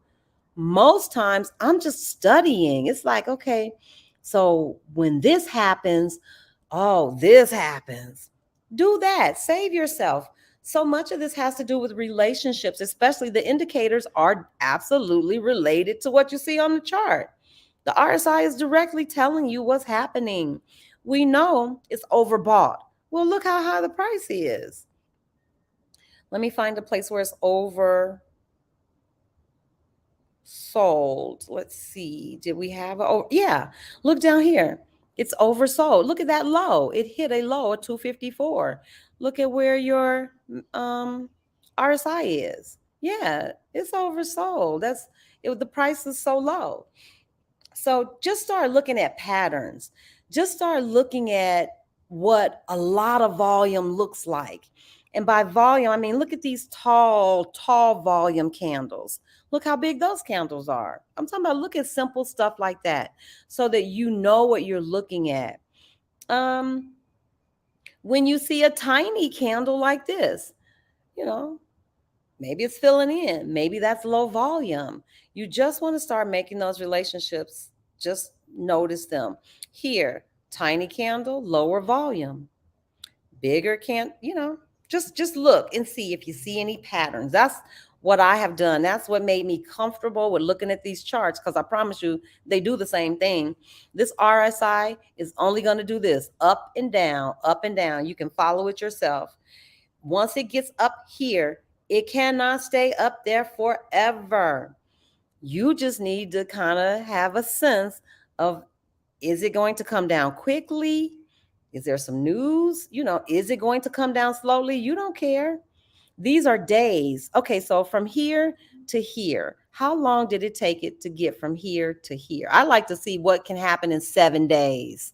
So here it was. Let's see. Let's count 7 days. 1, 2, 3, 4, 5, 6, 7. We'll even go 9 because you can get a 9-day contract. 7, 8, 9. And so from here to there in 9 days, this is how much it moved. That's not a lot. But you can take this next 9 days, let's say from here, let's look at this 1, 2, 3, 4, 5, 6, 7, 8, 9. And clearly our RSI went from about a value of 62 all the way down to 44. So anybody who had puts like I had over the last week got a chance to realize those gains. And that's all I did. I want to say I can tell you exactly the day that I bought those, but for sure they were at least, I can't see myself buying a contract with less than 5 days. So I was able to get in. That's what I told you. One of my entries was a good entry. One of them, it wasn't a horrible entry. I still made money, but it wasn't as much as I could have, because over the course of the 7 days that I held that contract, the price just went down, down, down. And today I cashed out. So that's what you're looking for. You wanted to catch it when it's really high. I didn't catch it here. I caught it about here, and then I wrote it down over the last few days. Now, guess what? QQQ is going to come all the way down here. And once she gets to 30, guess what she's going to do? Bounce and go right back up. And so you want to catch that. Like, look, if somebody got in here, you just want to catch this at its bottom. And here's where you want to buy a call. A call is when we think the price is going to go up. And so now watch this. Over the course of 1, 2, 3, 4, 5, 6, 7. Let's say you get a contract for any time you want. If you got a call, you're getting all that upside. It went from here all the way to there, and we can count how many days it took. Let's see. 1, 2, 3, 4, 5, 6, 7, 8, 9, 10, 11, 12, 13, 14, 15, 16, 17, 18, 19, 20, 21. That's 3 weeks. I never would have bought a contract that long. Maybe 2 weeks, but still over the course of 14 days, you would have realized all that from there all the way almost up. So pay attention to the RSI. It doesn't do anything but go to the bottom, go to the top. It goes from the top all the way back down to the bottom. And it might not always touch the bottom, but it runs up and down like that. That's what it does. It's been doing that for forever. If you can understand, like when is a good time to buy a put, when that RSI value is up here, because it's got to go down. When is a good time to buy a call? When that RSI value is somewhere down here, it's got to go up. It can't stay down there forever. But do pay attention. It can stay down there for a while. And you don't want to be down here with calls. You don't want to buy it here and then you see this happen, because that's losing money. You'd have to hold it for a while to realize the gains here. I hope that makes sense, that this is just today. We're talking simple talk. We keeping it very simple. Keep it easy. Keep it sweet. And I'm gonna roll. I gotta run over here, grab some water because I didn't bring me any water. And I'm gonna grab a cup of coffee. So if you want to paper trade with me today, go ahead and set your paper trade account up. When I come back from a coffee break, you all will see me because you can see everything in here. I am going to go over into the, what is that thing called? The options chain.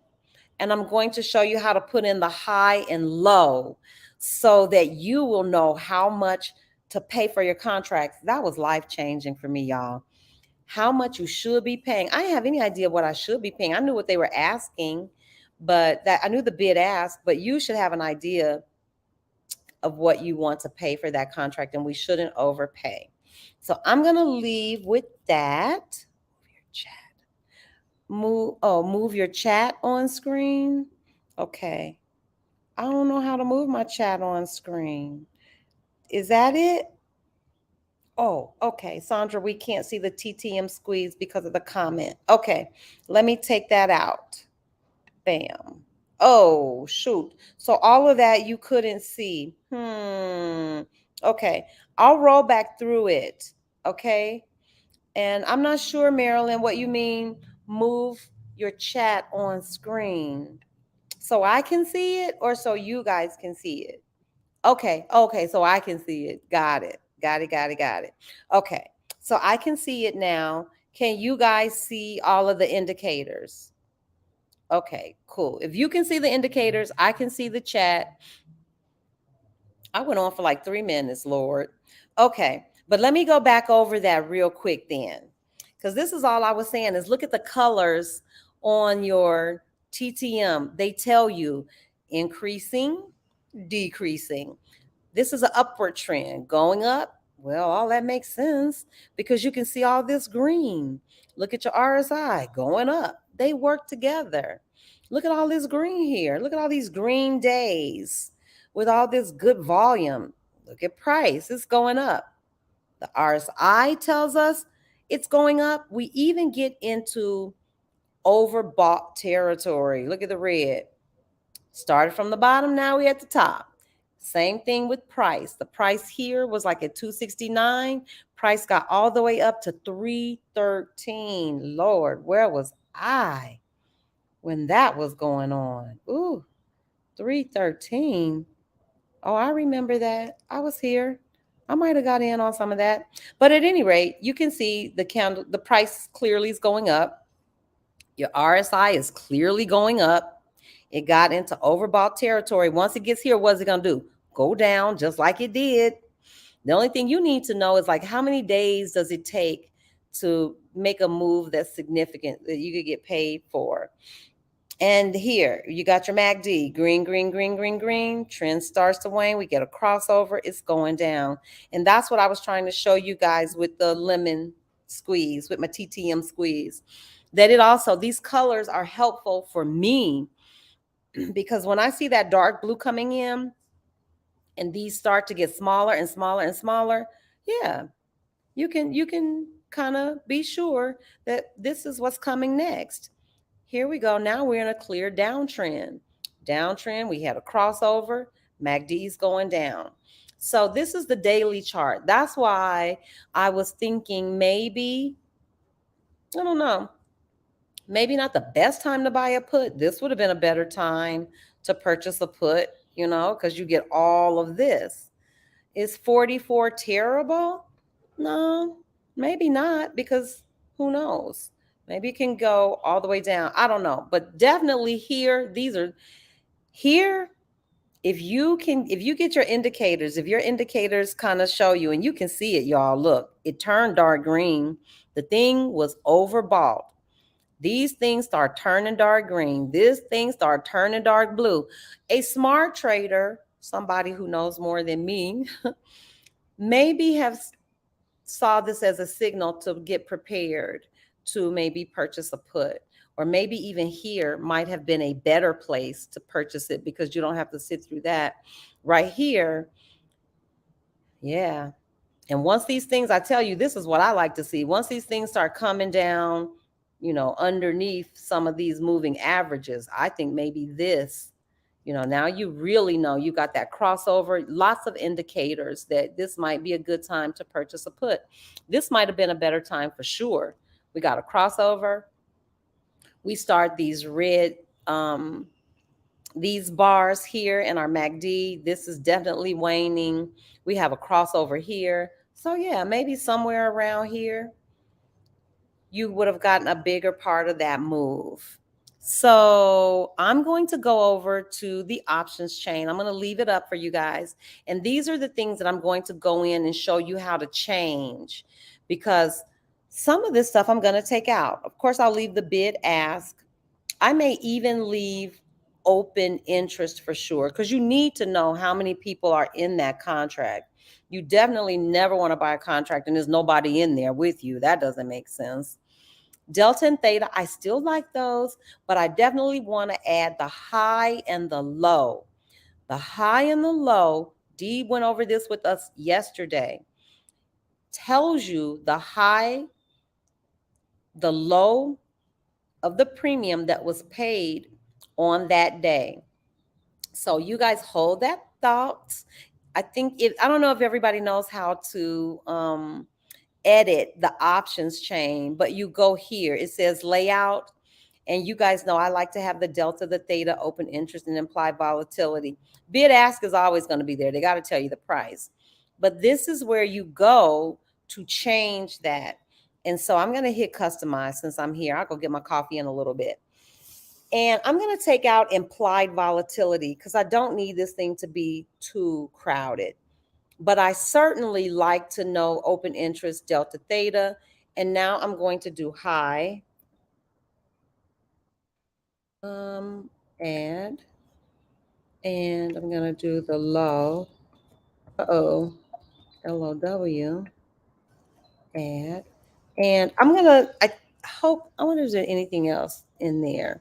I'm going to scroll through here to just see if there's anything else we want. You could put in all the Greeks if you wanted to. Delta, gamma, we've got high, implied volatility, intrinsic value, last size, last X position, probability, return on capital, return on risk. I never use those, but that sounds interesting. We've got the rest of the Greeks, rho, theta, and vega. And that's really basically it. Volume. I just want to make sure I got the right, let's see, options code, open interest, the mark. I'm going to put the mark up there because I want to know, just because I want to know. Last, intrinsic high. We got delta. Oh, you can custom and put, I guess, what you want. Okay, cool. So now that I have what I want over here, I have delta, theta, open interest, high, low, and the mark. Is the mark someplace else? Oh, wow. That's the underlying. Okay, I'm going to hit okay. And it changes everything right here on my options chain. But you can't see these. Let me move this over. That gives us a little more space. Perfect. So, okay, we've got our high and low. I love this. I love learning. I really do. Because now this options chain has even more meaning for me. I know what my delta is. Delta relates to dollars. This is a very high delta, an 81. We know that we multiply this by 100. That means for every $1 that the stock goes up or the equity goes up, you would receive $81. We also know that this 0.22, we multiply that by 100 because we are actually purchasing one contract is 100 shares. So this is representative of one share. So we multiply this by 100. You're actually going to pay $22 a day for holding that. Open interest, there are only 13 people in here, so this might not be the most attractive contract. We've got the high and the low. We've got our mark, and we've got the bid and the ask. Amazing. The bid is nine. Well, you see the numbers changing. $9.30. The bid is $9.17. The ask is $9.30. And you can see the high and the low. The lowest somebody paid was $8.64. The highest they paid was $9.05. So you don't want to overpay.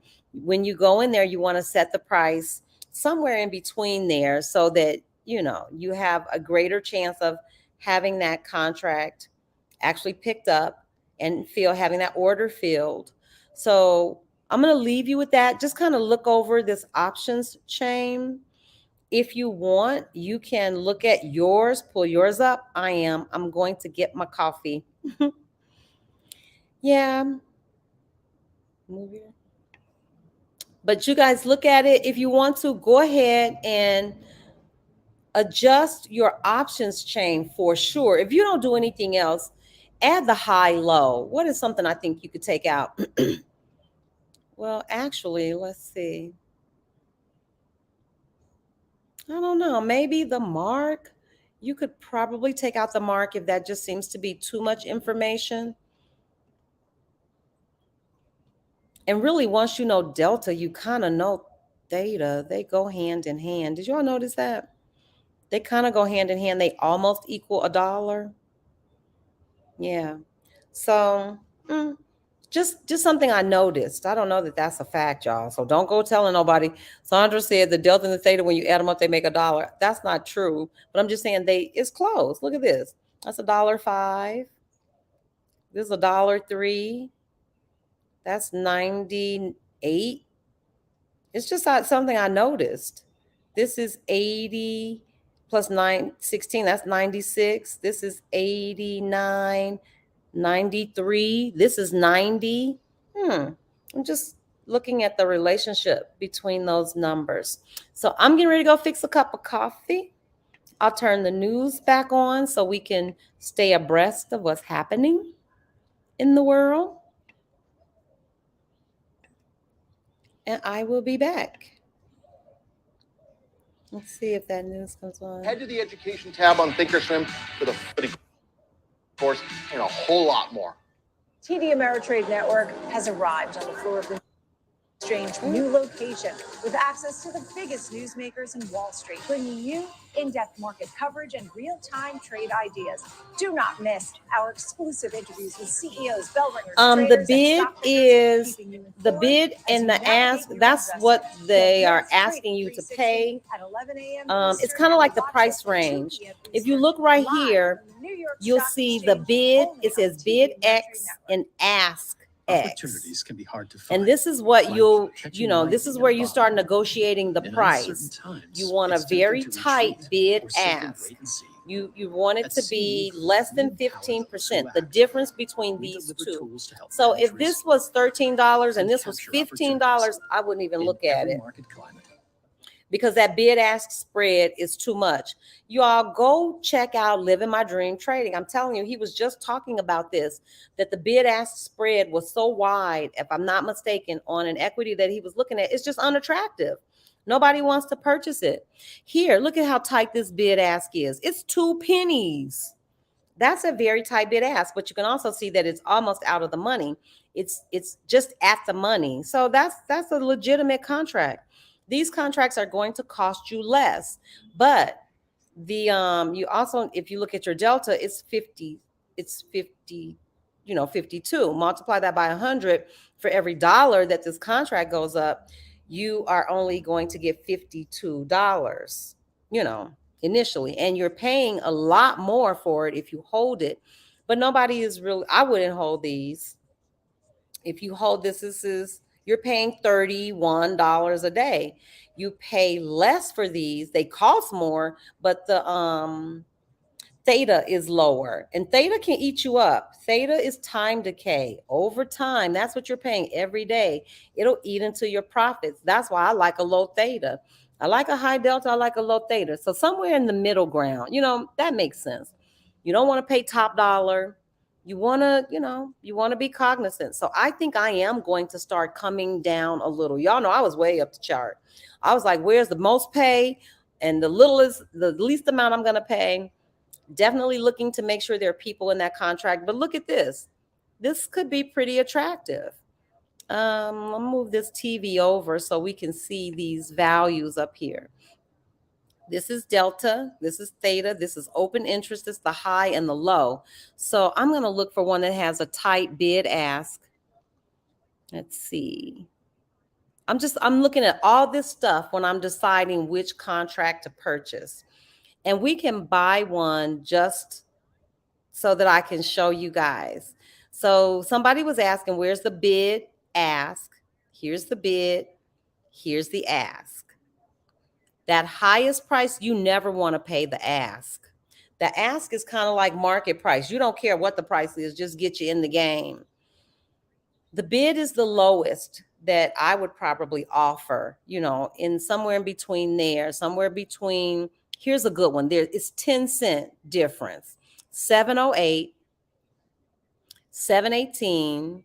We can look at the high and the low. Ooh, 677, the high and the low. I don't like that. Let's look at this one. 860 was the high. This was what they paid during the day. So what I learned just recently, make sure this is tight. Don't overpay. If you don't have to, don't pay the ask, because that is the absolute highest price. And you can see that 860, this is 861. So this price is changing, but that's the high. And 848, that's the low. So let me see, if I were going to pick one, I would probably pick, I'm looking at my open interest too, probably one of these. This isn't terrible, 64.29. It's 114 people in there. This was the highest price paid, the lowest price paid. I would pick this, and then I would probably go right in the middle, 59, 61, 62, 63. That's only 4 cents difference. I'm cool with that. At least it was 58, 59, 61, 63, 64. 6 cents different. So that might be a contract that I would consider. Only because these are all the things I'm concerned about. It's got a very tight bid ask, 57 cent, 57, 58, 59, 60, 1, 2, 63. We're talking about 6 cents. We're talking about less than a dime in the difference. 64 cents or $64 for every dollar, for that first dollar, not every dollar, the first dollar that it goes up. If you held that contract, you would be paying $29 a day. There are 114 people in that contract currently, and this is the high and the low. We could get somewhere in between here. I'm okay with this one. This would be one that I would purchase. So let me just really quickly, that is the 287 strike on a call. Let's see where we are on this chart, because I don't know what's going on. I haven't even been looking. Let's look at the 5-minute, see what she's doing. Yeah, I got out of that just in time, because she's just sitting up here at 290. I didn't see that coming, y'all. I thought for sure, because it had gone down so much overnight, I thought for sure it was going to just continue going down this morning. That was not the case. I'm glad I got out of there, because that's like $1.50 at least that I would have given back of the little profit that we made. Okay, so you guys, where do you see your bid? Okay, I hope I answered your question about where the bid is. If you still have a question, once I get back from grabbing this cup of coffee, I will show you the where the bid is again. Let me turn on the news, get that back in our feed. We got so many things we need to look at too, or we can look They'll at. be able to maintain this momentum. And they did give pretty strong guidance for the fiscal year. The company's predicting earnings per share between $4.45 and $4.60 per share, above consensus of $4.19. Same store sales, however, for the fiscal year will rise between 1% and 2%. A bit of a disappointment given the 2.5% the street had been forecasting. The CEO did say now in the new year they expect to build on this momentum and deliver revenue as well as earnings per share Okay, I'm growth gonna on grab top some of the coffee. record results they have achieved It now over the was. last It was a good 3 move years. to get out of there Kroger this is up morning. about 1% year to date, so not necessarily a huge performance from them so far this year, but a resilient player nonetheless. All right, Jenny Horn, thank you so much for all that. Appreciate it. Good look at two important names today. Jenny Horn, markets correspondent here on the TD Ameritrade Network. Let's get some insights in the news shaping the markets. For that, we welcome in Eric Sterner is here on set, Chief Investment Officer at Apollon Wealth Management. Nice to see you. Great to see you. Thanks for being here. So your concern is that inflation is still rearing its head and there is some downside risk. Tell me about that. Yeah, I was really surprised by that market rally that happened in January and going into February. And that happens sometimes in bear markets. We see some volatile swings going both ways. And I think investors got a little ahead of themselves because, as proven by the latest CPI, PPI, and even PCE prints, inflation is going to be stubborn. And we still have a lot of upward pressures on inflation between the tight labor market, wage growth, which is slowing down, but still higher than the Fed would like to see, and China dropping its zero COVID policy. That's going to apply some upward pressure on energy and commodities. So the fight to tame inflation was going to take a while. So I think the market got a little ahead of itself now, but seems to be correcting that right now. I see. So you said you see that in bear markets. So you would call that bear market rally, what we saw in the beginning of Exactly. Dead cat bounce, bear market rally. It's going to be short-lived and unsustainable. Okay. You noted the flip-flopping of the sectors. Tell me about that. Yeah, I think going into this year, really nothing has changed. Just because we went from December 31st into 2023, we still have the same problems.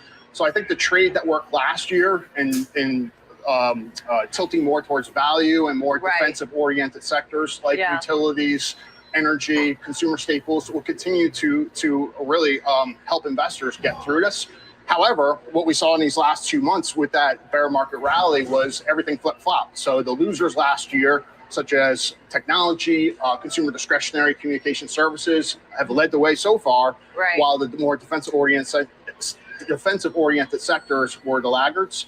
I expect that to reverse and go back to where we saw at the end of 2022. And those sectors, relatively speaking, will be the leading sectors as we continue to fight through inflation under these restrictive rates by the Fed. So that's your advice to investors, to be a little more defensive, to be a little more cautious, I guess, here until when? Yeah, I think it's going to maybe all of this year, because until we get inflation closer down to normal levels, and I don't think we're going to get it down to 2%. I don't even know if we'll get it down to 3.5% by the year ends. But now, not only is the Fed and inflation, that shouldn't be the only things on top of investors' minds, but also earnings. There's a lagged effects with all these rate hikes, and now we're starting to see that. And this last earnings season was not great by any means. Right, and that's the concern too about the quality of earnings, right? Exactly. I mean, what we saw in this earnings cycle, I think we're about 95% done. And in aggregate, the earnings were 1.2% over the estimates, which is below the 5-year average of 8.6 and 10-year average of 6.4. Yeah. And if that holds, and it probably will because we're just about done, that's going to be the second lowest surprise estimate since 2008. So it was not a great earnings season. We saw 4 times as many companies, nearly 4 times as many companies issue negative guidance as opposed to positive guidance. And we've seen 6 straight quarters of net profit margin being squeezed, which is to no surprise. The Fed's tightening the economy, and inflation's eating into profit margins. Yeah, I just saw a headline that said oil moves higher, buoyed by demand, which is exactly your point. You talked about China reopening and the upside to commodities and that possibility. So what sectors or value plays or defensive sectors do you like here now. Even you can include fixed income, international, whatever you want. I mean, what do you tell them? Yeah, well, I've been a huge advocate talking to our clients about fixed income because we're seeing yields we haven't seen in 20 years. Right. So you like it, fixed income? Oh, absolutely. Right. I want to, but knowing we're on the verge of a potential recession, I kind of shy away from the high yield side and more focused on the investment grade side or government bonds, high quality. But I think there's great opportunity there. I also think it's going to be, and it's been said by many people, it's going to be a stock picker's market because I expect the markets to be flat this year, but very volatile, swinging both ways. So what stocks or what sectors? Really more on the, I like financials right now, more a very value-oriented sector. If you look at the PE ratios, that's actually the second cheapest right now. Right. Energy will continue to be a good play, especially as we talked about with China, and consumer staples and healthcare, utilities, all those more defensive oriented sectors that are going to weather the storm a little bit better as opposed to these more growth oriented stocks, because the growth stocks are going to really struggle in a high interest rate environment, which will most likely be in for all of this year. Yeah, you keep saying all of this year, so we better be mentally prepared for this sort of volatility or range or sell-off. You said the downside risk exists, so we're ready now. Yeah, we're ready. Thank you for everything. Eric Sterner's with us, Apollon Wealth Management. Thanks for being here. Thanks for having me. Plenty more to come right here on Trading 360. Our 360 Spotlight. We'll talk Excel Service. CEO of the company joins us. We'll get his thoughts on the latest quarter and what lies ahead for that company. Our disruptor today, Okta. Stock is rallying after earnings, and Kevin Green will break down that report and show us how you could trade it. And 360 round, all about Salesforce. The stock is hitting 6-month highs, boosting the Dow today after those quarterly earnings. We're going to dive into that report. But up next, it's the big three. 3 stocks, 3 charts, 3 trades. Ben Lichtenstein goes to the technicals. Tom O'Brien of TFNN takes us through the trades for NVIDIA, Apple, and Tractor Supply. Trading 360 continues after a quick break. Perfect timing.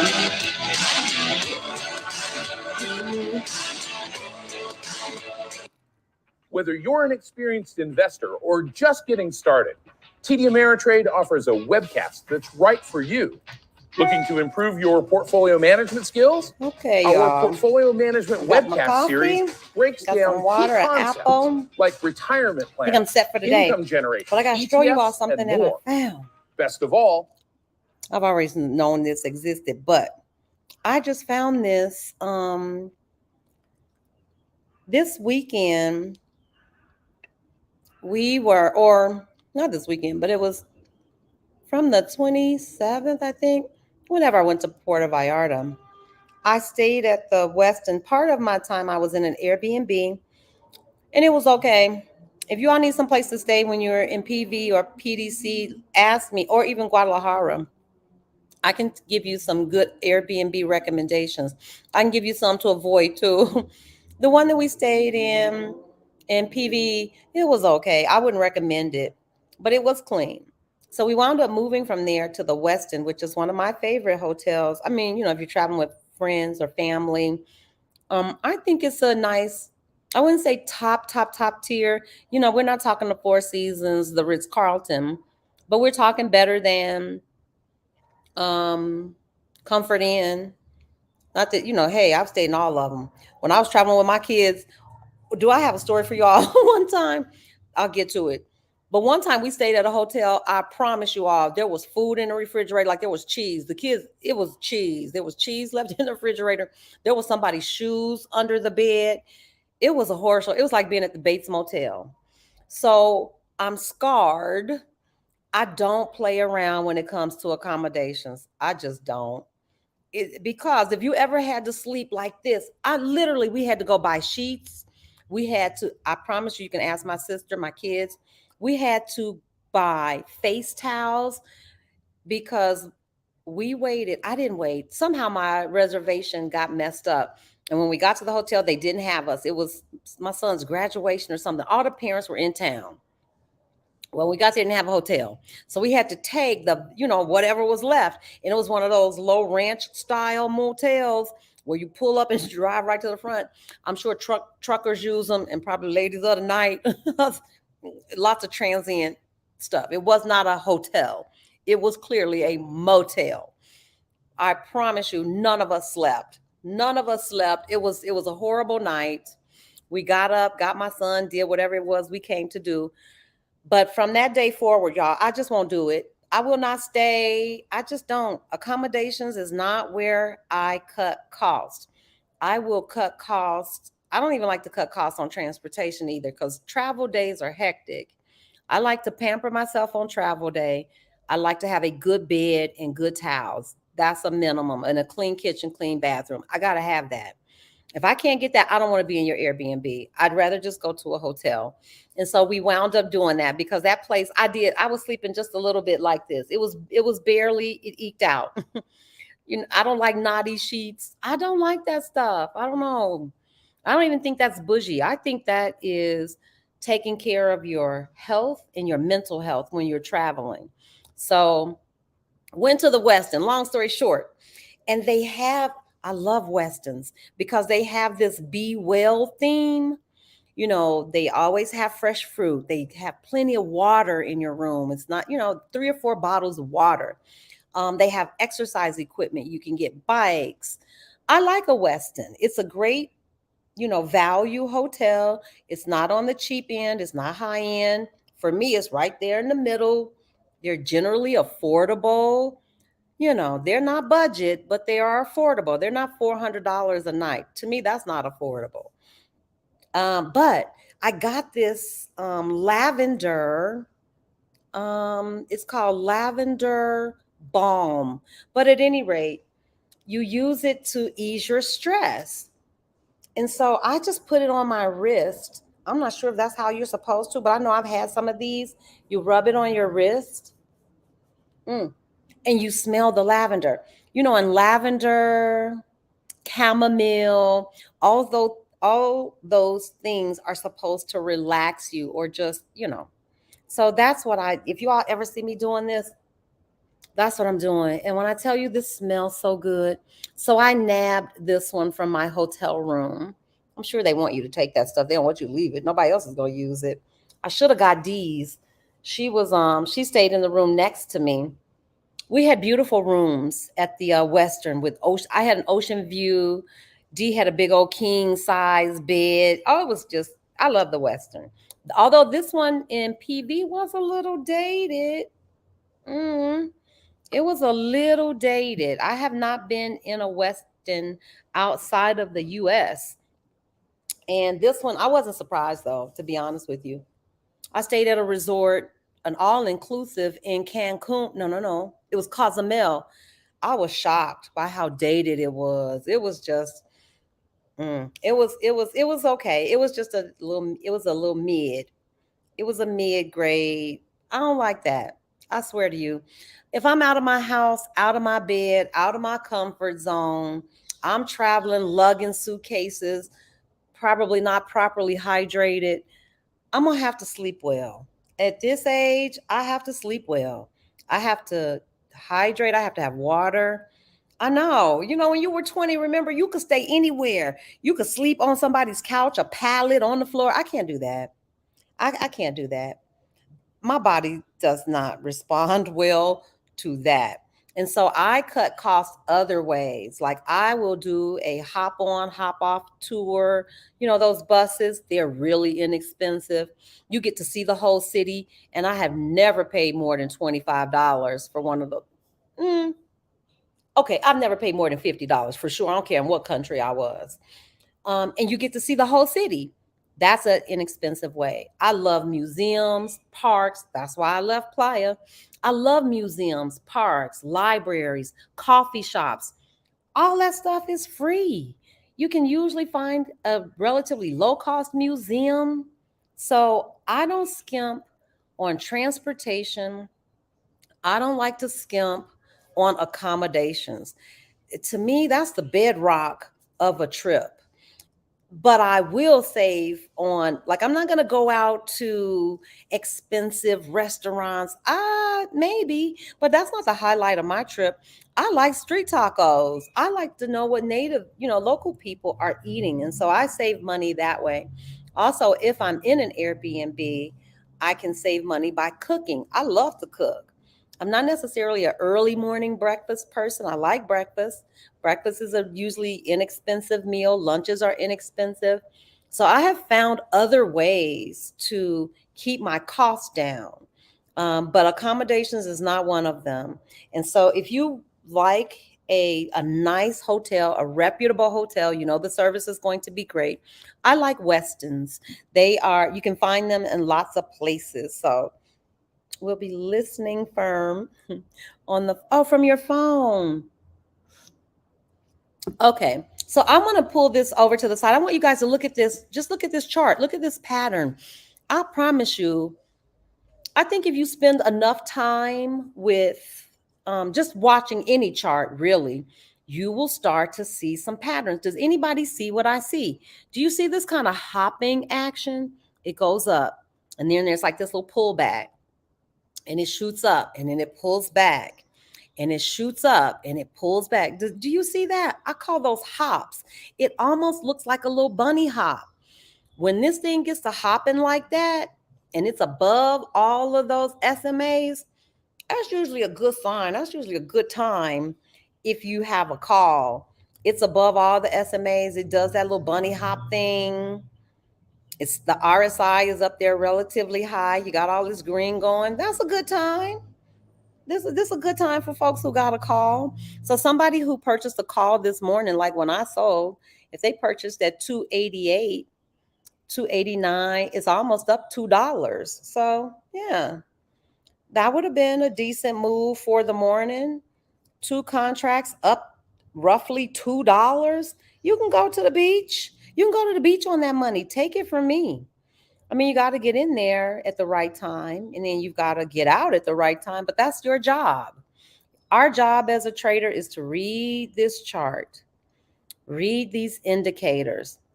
That's all you got to do. Make the best entry possible, make the best exit possible. The things that have helped me with my entry is understanding where my RSI is when I enter, making sure that I don't overpay. Man, that thing set me free because the Lord, y'all know I was paying top dollar. I didn't care. I was paying top dollar. I mark it in. Insane. Rookie mistake. Don't do what I did. Learn from my mistakes, y'all. I have tried to show y'all all of it. The dumb things. I won't call them dumb things. I say it right. It's the novice, if you're a novice. So just don't, learn from my mistakes. Learn from my learning curve. Entry is everything. Entry is everything. And so I think my entries start getting better, or they're getting better because now I don't feel compelled to be in a trade every day. I don't trade like that anymore. I was so anxious. And so your brain doesn't communicate to you, this is going to be here every day. The market's going to open up tomorrow. So if you don't trade today, it's not a big deal. Trade tomorrow. Even if you saw a good move pass you by, it's okay. Another good move is going to come along. Trust.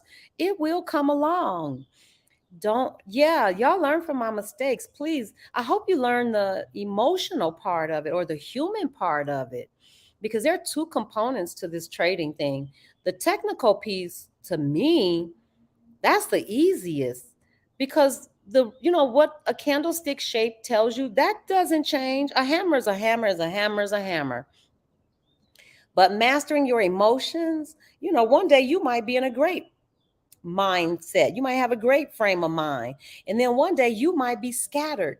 That was a little harder for me to control, like my own emotions, being disciplined, understanding this thing doesn't close.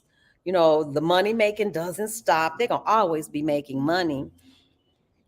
All of that helped me settle down. And not to mention my good sister, Marilyn, who really has served me and helped me. Marilyn, I can't thank you enough. Marilyn has just whispered in my ear, and I told y'all what it was. Marilyn talks to me the way my grandmother spoke to me, which is, it's never judgmental. It's never harsh. And even though it's through this, through a forum or through a platform, it's always so gentle. She's like, Sandra, remember, discipline, something like that. You can just feel the love and the care. And it's so much easier to receive when someone speaks to you lovingly. So that's what I try to do here too. I want to talk to you guys lovingly. This is not something that you got to master today. I want you to see the big picture. Look at that chart. That thing is hopping. That's called a pullback. When that price goes down like that, that's a pullback. That might be a good place to consider getting into a trade. You see, it went down, it's going to go back up. It did it again. It pulled back again. The price went down. That might be another entry spot or something to consider. Price shot back up.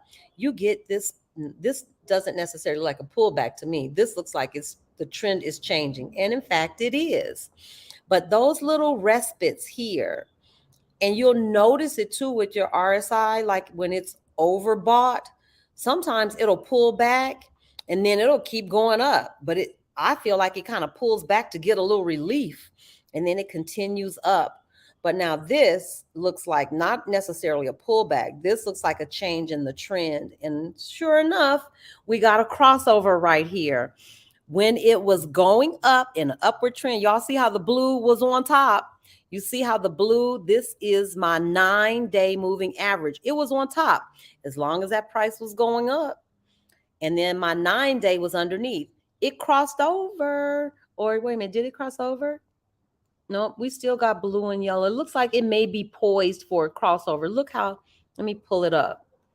It looks like we may be poised for a crossover, but we certainly got a crossover down here on the MACD. And I'll pull out so you can see how that thing was blue on top is yellow, and then this crosses over, and now this trend starts to change. Not only does this red start to come in, we get our dark blues, RSIs coming down. You can even see a waning in the volume. Look how little volume that is. And then the price kind of follows. Really, the price doesn't follow that. These follow the price. The price is setting the pace, but these indicators all kind of follow and reinforce for us what's happening with price. And so this is on our 5-minute chart. So I would say somebody who was smart enough, I would never do this because you don't know. I would never get in here because I don't know what this thing is going to do. But, if somebody got lucky and I don't know, had some good intuition about it and jumped in, maybe this will pan out because this RSI is certainly going down. 47.53. Let's see, 47.49, 47.05, and it keeps going down. It's vacillating a little. It jumped up to 46. So we could look and see what's happening to the price.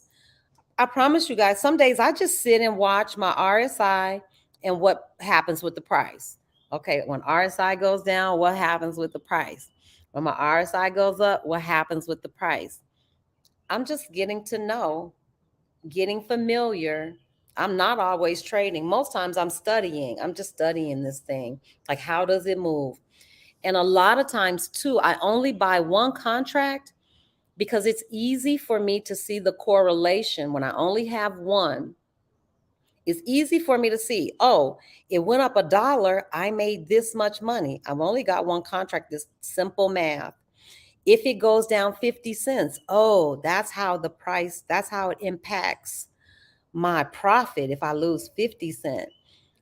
So if I were a beginning trader, I'll be honest with you, if I had it to do over again, I would be doing just this in paper trading. I would just study, put aside some time each day, study the price action, study what that RSI does, how these things move in tandem. You'll see too, you'll begin to see how MACD really is a lagging indicator, because by the time this crosses over and tells you, oh, price is coming down, price has really been coming down now for 5, 10, 15, a good 15 minutes, that price has been creeping down, but you don't get this crossover until this candle here. So you want to know that. You want to know, is this indicator a quick indicator or a lagging indicator? And I want to say someone told me that the TTM squeeze, they consider this a quicker indicator. Well, maybe so, because look, by the time these start getting smaller and they're dark blue, it's before this MACD indicates that there's a trend change. This really does. And I use this line. I don't know if you guys can see this line right here, but I use that so that I can line it up. And so when these start to turn dark blue and they're getting smaller, yeah, it does more or less correlate with the price. Look at that. At the end of that light blue, you can see this is clearly going down. The high was 290.49.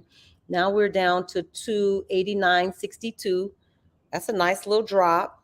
And you can see this TTM, my lemon squeeze, was right on it. It indicated to me quicker than my MACD, although the MACD, it's going down. So I guess so. But I think this crossover is the lagging part. By the time that crossover happens, this move has been going on. But you can see here too, if you use the bars, that, okay, they're getting smaller. So yeah, I use all of these in tandem. I don't look at I would never say, oh shoot, this RSI, it's all the way up at the top and it's almost overbought. This might be a good place to buy a put because I know it's going to go down. I would never just look at that and not look at something else. You always want to have things that corroborate and kind of reinforce what your theory is. And so when I come down here, oh yeah, okay, wait, they are getting smaller and dark green. And we know after that, it goes into red most times. That's the sequence. You can see that sequence repeat over and over again. It just goes, down, up, does that all day long. Your job and your one job is to figure out when to get in and when to get out. That's your job. Yeah, that emotion, it'll get you in trouble. It's no bueno. No bueno, no bueno, no bueno. I consider what you said to be approaching the market from an abundance mindset. Yep. Versus a lack standpoint. Our good will be there tomorrow. I love that. Our good will be there tomorrow. Yep. So you all know that's part of the name of the channel. Was when I first started, I came face to face with my scarcity mindset. Promise you, it slapped me in the face so hard. I was like, oh my God, you are jumping in and out of these trades because you are afraid you're going to miss the move. Marilyn put it in there, fear of missing out. That's a human thing. It'll mess you up in trading.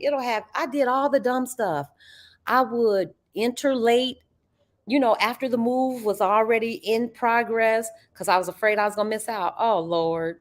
I chased a trade or two. I would enter late. I would get out early too. All that fear. You can't do it. The way to alleviate fear is to rely on what you see. This step back, paper trade, look at it, become familiar. You all this is information. Thing goes up, thing goes down. Study it. How long, how many minutes did it take for it to make that move? That's what I say. Ask myself, okay, this happened over 5, 10, 15, 20, 25, 30, 35, 40 minutes. Okay.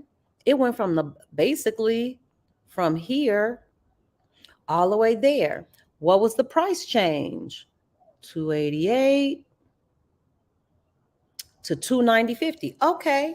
How much would that have meant? And the way I can calculate it really easily is if I only have one contract, I can see how much money $1.50 would mean for that one contract. So if you know that's what you're making on one, maybe next time when you really feel confident about a move, instead of buying one contract, buy two, because you know what you're going to get paid with $1.50 move or a $2 move if you're really patient. Because this thing started at 288.35, it got up to 290.69.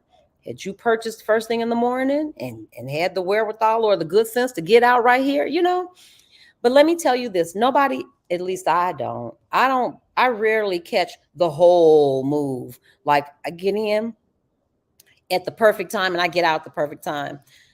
I probably could count on one hand the number of times I've had a perfect entry and a perfect exit. And you don't need that. It doesn't have to be perfect. You just want to make sure that you can get in and get out with profit.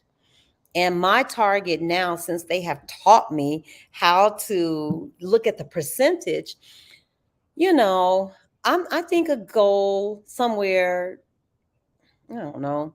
I'm just gonna say for my personal self, I want to beat the market. And so anywhere between 8 and say 15%, that's a good place to start considering. Maybe I want to start taking at least some of the profit, maybe sell one.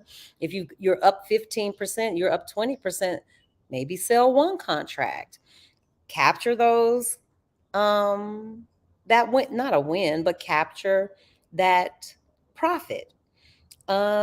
If you leave one as a runner and the trend starts to change, sell it.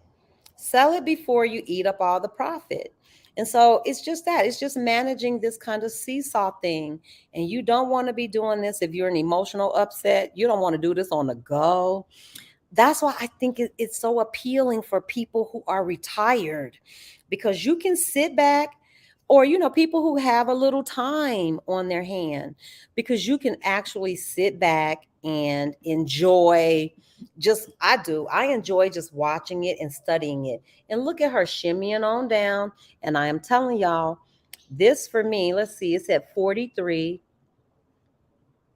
I don't know. Somebody who got in, we'll see. Could have made a little bit of money. I'm going to pick a place. If it gets all the way down here, if it goes down to the place where it's oversold, I will purchase a. If it hits here, it's going to go up. But what we could do right now, and I'll do this because it's at 40, 43, 44. And it looks like it may go down a little more. So I'm going to go ahead right now, you guys, and purchase a put. We're in paper trading, and I'll show you how to purchase a put. If I was really doing this in real life, I would have already had these loaded up, but I'll just do it today the way I would do it. Okay, so on this side of the options chain, we have calls. And we purchase calls when we think the price is headed up. Well, I'm going to go in and out of this trade relatively quickly. I'll see if we can catch some of this down, maybe. So I'm going to roll over here real quick.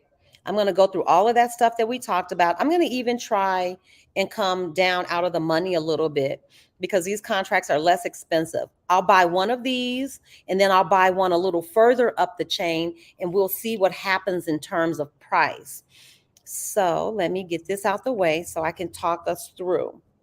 I'm going to look at my bid ask. I want a tight bid ask spread. It doesn't get tighter than this. This is 268 and 269. That's a penny difference. It doesn't get better. The delta's 52. The theta's 28. I'm not going to worry about it because we won't keep this long. There is a lot of open interest. And here's the high and the low. And so we're somewhere in between there because the high was 437 and the low was 326. So I'm going to buy this contract. It's a put. I think the price is going to go down. So that's my thesis. So let's get over here. I'm going to make this buy. And because we're paper trading, I'll do more than I would normally do. I'm going to buy 3 because this way we can leave a runner or we can sell 2. We have a little more leeway. And we're buying QQQ with a March. What's today?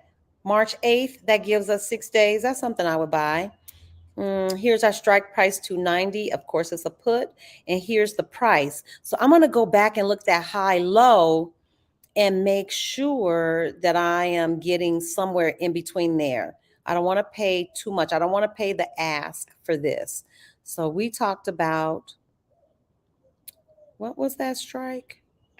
It was the 290 strike. So let me go back and look at the 290 strike. Oh, that's a little bit out of the money too. I'm okay with that still. 395 to 311. I want to be somewhere in between there. So let's say That's an 80-cent difference. So 40 cent would be like 350. I would be willing to go somewhere around there. So we're going to continue with this one. I'll pull it back up. And I forgot just that quick what I said. What's in between here? The high and the low of the 290. Oh, yeah. 350. They want 360. So I'm going to see if we can get filled. And I'll lower the price on this one a little. I'm going to come down and say 356. Somewhere in there. I just don't want to pay exactly what they're asking. So we'll see if we can get filled. It's a limit order. I'm going to confirm and send. We're buying 3 contracts. 3 contracts would cost us $1,060. So they're about $300 a piece. So if you only bought one, you would be risking about $300. So let's send, see if we get filled. You'll know when you hear that bling, bling, bling sound. We'll know.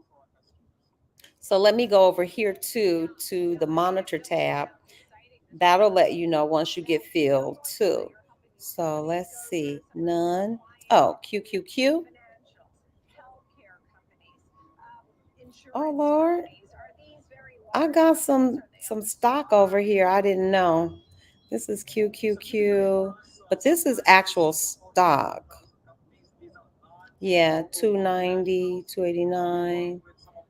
So we made a little money on the stock today. But our order still hasn't been filled. And you can tell that it hasn't been filled because it still says buy. And when I tap on it, it says working. So we know it hasn't gotten filled yet. And that's the one thing with a limit order. You have to wait for them to fill it. So let me go back. And this is where I don't like to wait. And I'm not sure here. Maybe if somebody's in the chat with us who knows more, can you tell me why we might not be getting filled as quickly? I'm going to go back and alter the price. I think Dee told me you can cancel and replace. And so I'm going to change the price. Let's see, I'll up the price a little. Let's say 360 and see if we can get filled at that. And if not, we'll just wait. It's a put, and the price seems, let me go look at the chart real quick. That thing will just keep working without us. I want to see. And you can see it says 3 limit X. So look at this, you guys. This purple line is my 50-day. Look at it trapped there. That's why you want to know, like, how is this candle going to perform? I would like to see, I mean, in the real world, I would want these candles to close beneath this. And you see it didn't, and you see it sitting there. That can happen. It'll get held up right there in all this consolidation. So don't pay attention to that right now. We just want to look at, we're purchasing this put, 3 puts. We want to purchase one that is slightly out of the money. And then we're going to purchase some that are way up the options chain just to see what the difference is. So let's see if we can get one of those others filled too. And I'll show you the other way that you can fill it. This is a limit order where we name our price, but I'll show you another way that you can do it. So I'm going to go up the options chain, and this time I'm going to do a market order. A market order generally gets filled immediately, but you're paying top dollar. So let's look at the difference between our profit when we pay top dollar, like almost overpay, and when we name our price. So let me get in here and find a contract that I would actually purchase. Okay, I'm looking around here because I want to look at my open interest. There are lots of people. This bid ask, there's about 14 cents. That's about 15 cents. Let's see. Here's one with 10 cents. This is a 10 cents difference. The delta, that's cool. The high low. The low, okay, that's somewhere in between there. The high was 763. The low was 635. 663. So we can come somewhere in between the 663 and the 675. I'm going to buy this one. Buy. And I'm going to buy it as a market, you guys. That means we're going to get in immediate. No, I'm not. I'm going to limit it. I'm going to do a limit. I'll try both. So let's go. Let's see, 67 and see if that gets us. Did I lower? Yeah. And let's see if we can get in. We got 3 of those. And you can see that these cost more. We went higher up. And so these are 3 are $2,000. So these are about $700 a piece, or 6 and some change. 633, 666, somewhere in there a piece. A lot more. But let's send it and see if we get filled on that even. Okay, so we've got those 2 working. And now I will do a market order and show you how quickly a market order gets filled. But if you do a market order, you know you're paying top dollar. But we want to just compare. So we've got a contract that's working that's slightly out of the money. Want a little more in the money. And these are limit orders, meaning we name the price. We're not trying to pay top dollar. I'm going to go up a little bit. Let me look at another one. Let's see. That's 13 cents difference. 11. That's 11 cents difference, and it's pretty close. 79.20. A lot of open interest. This has got more open interest though.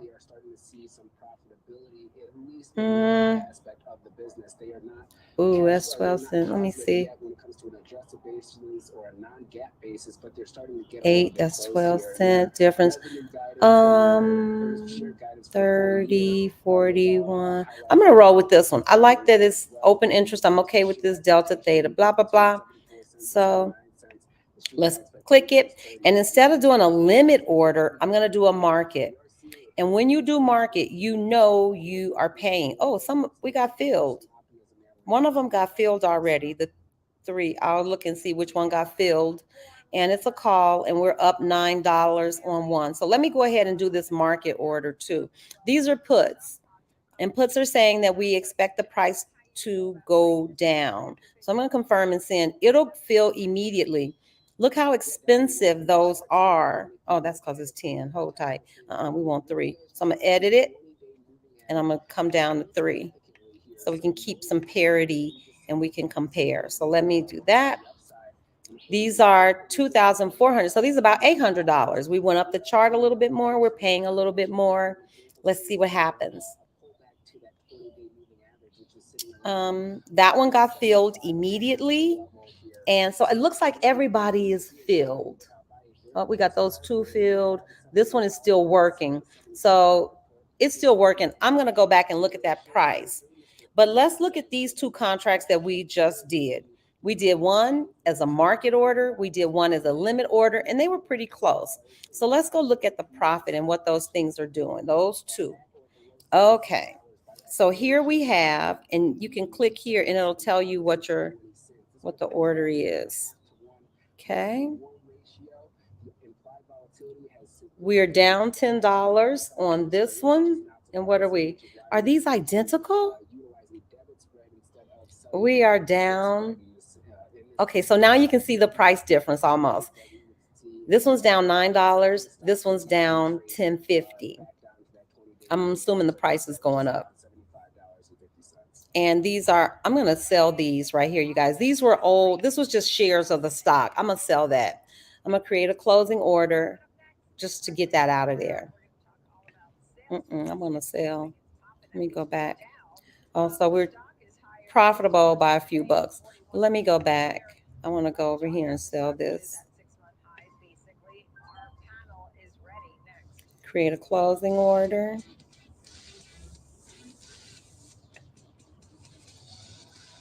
What the heck is that? I don't even know what that is.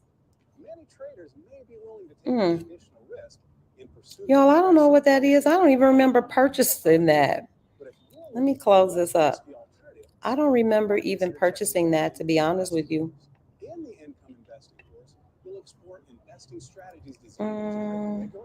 Okay, I'm going to come out and start all over. There we go. We'll delve into risk and return preferences. Oh, everything has been filled now. Did you all see how long it took for that to fill that Then we'll take a deep dive limit order? commonly held in income portfolios.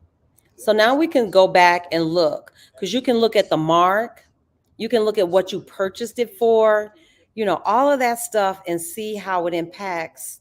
Because look at this, we purchased them all basically at the same time. One is only down $27, one's down 58, one's down 64.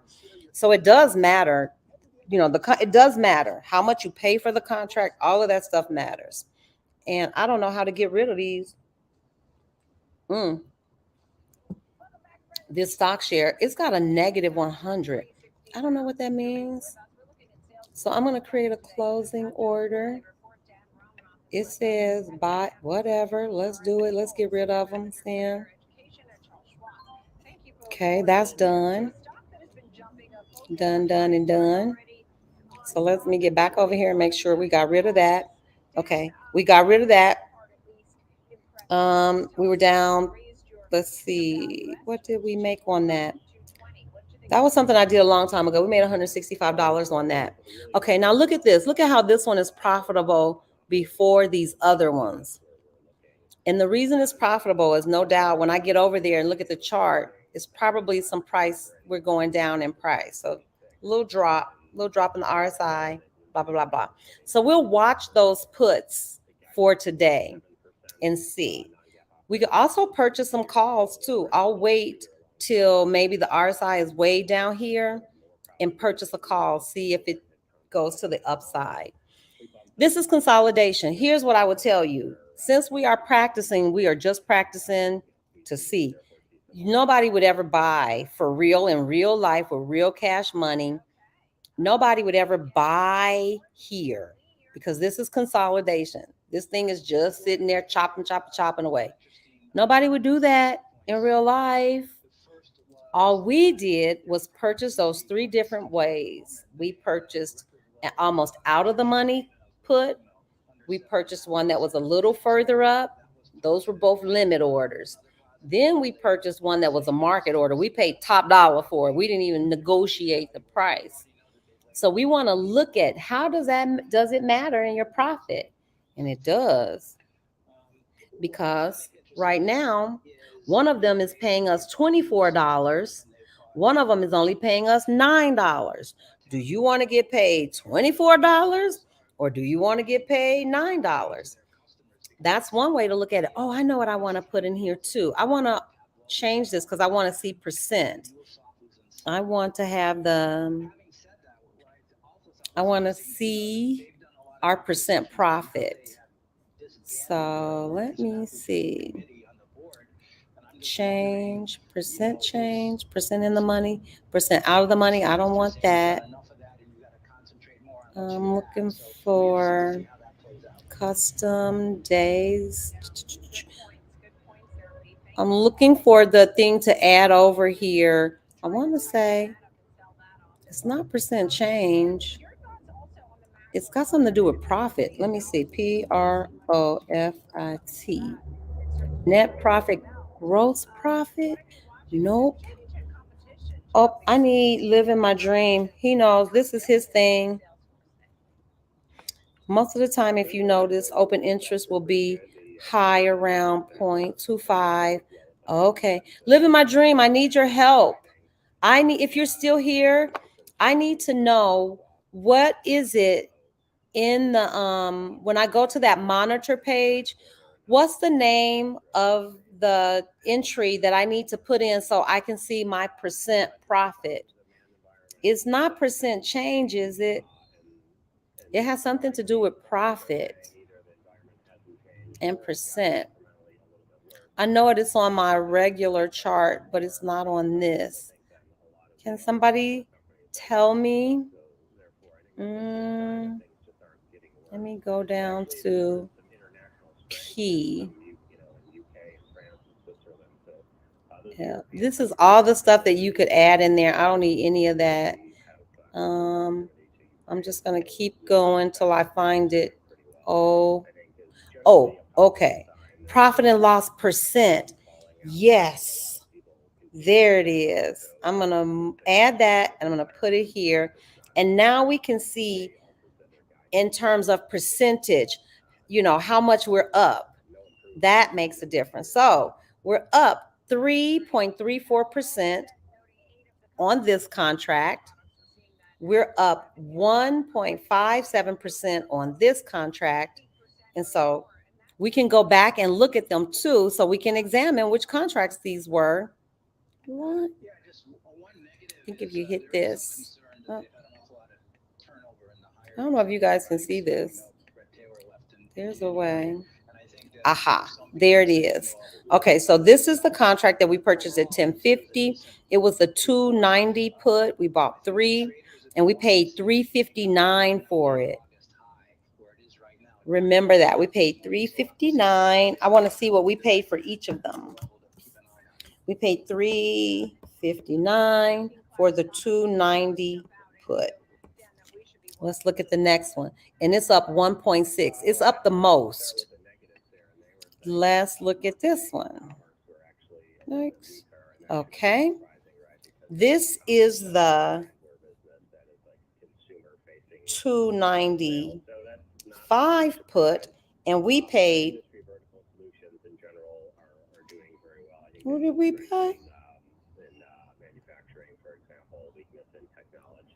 Did we really pay 667? 667. Oh Lord, that was way more. But then we were a much more up the options chain too. Okay, so let's look at this one.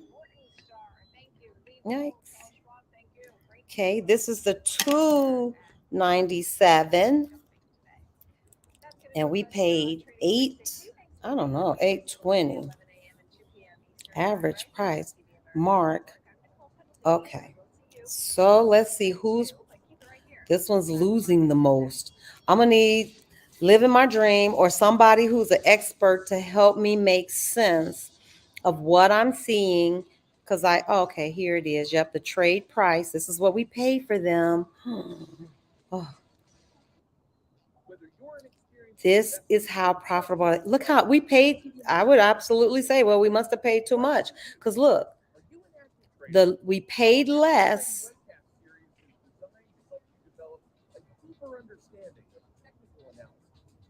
And we'll see.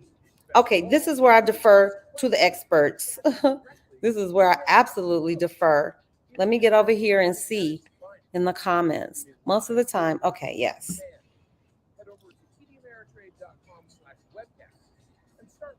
I'm going to take a screenshot of this and I'm going to ask Living My Dream, or I'm not sure, I know is trading for real. She is usually fully involved in her trade. So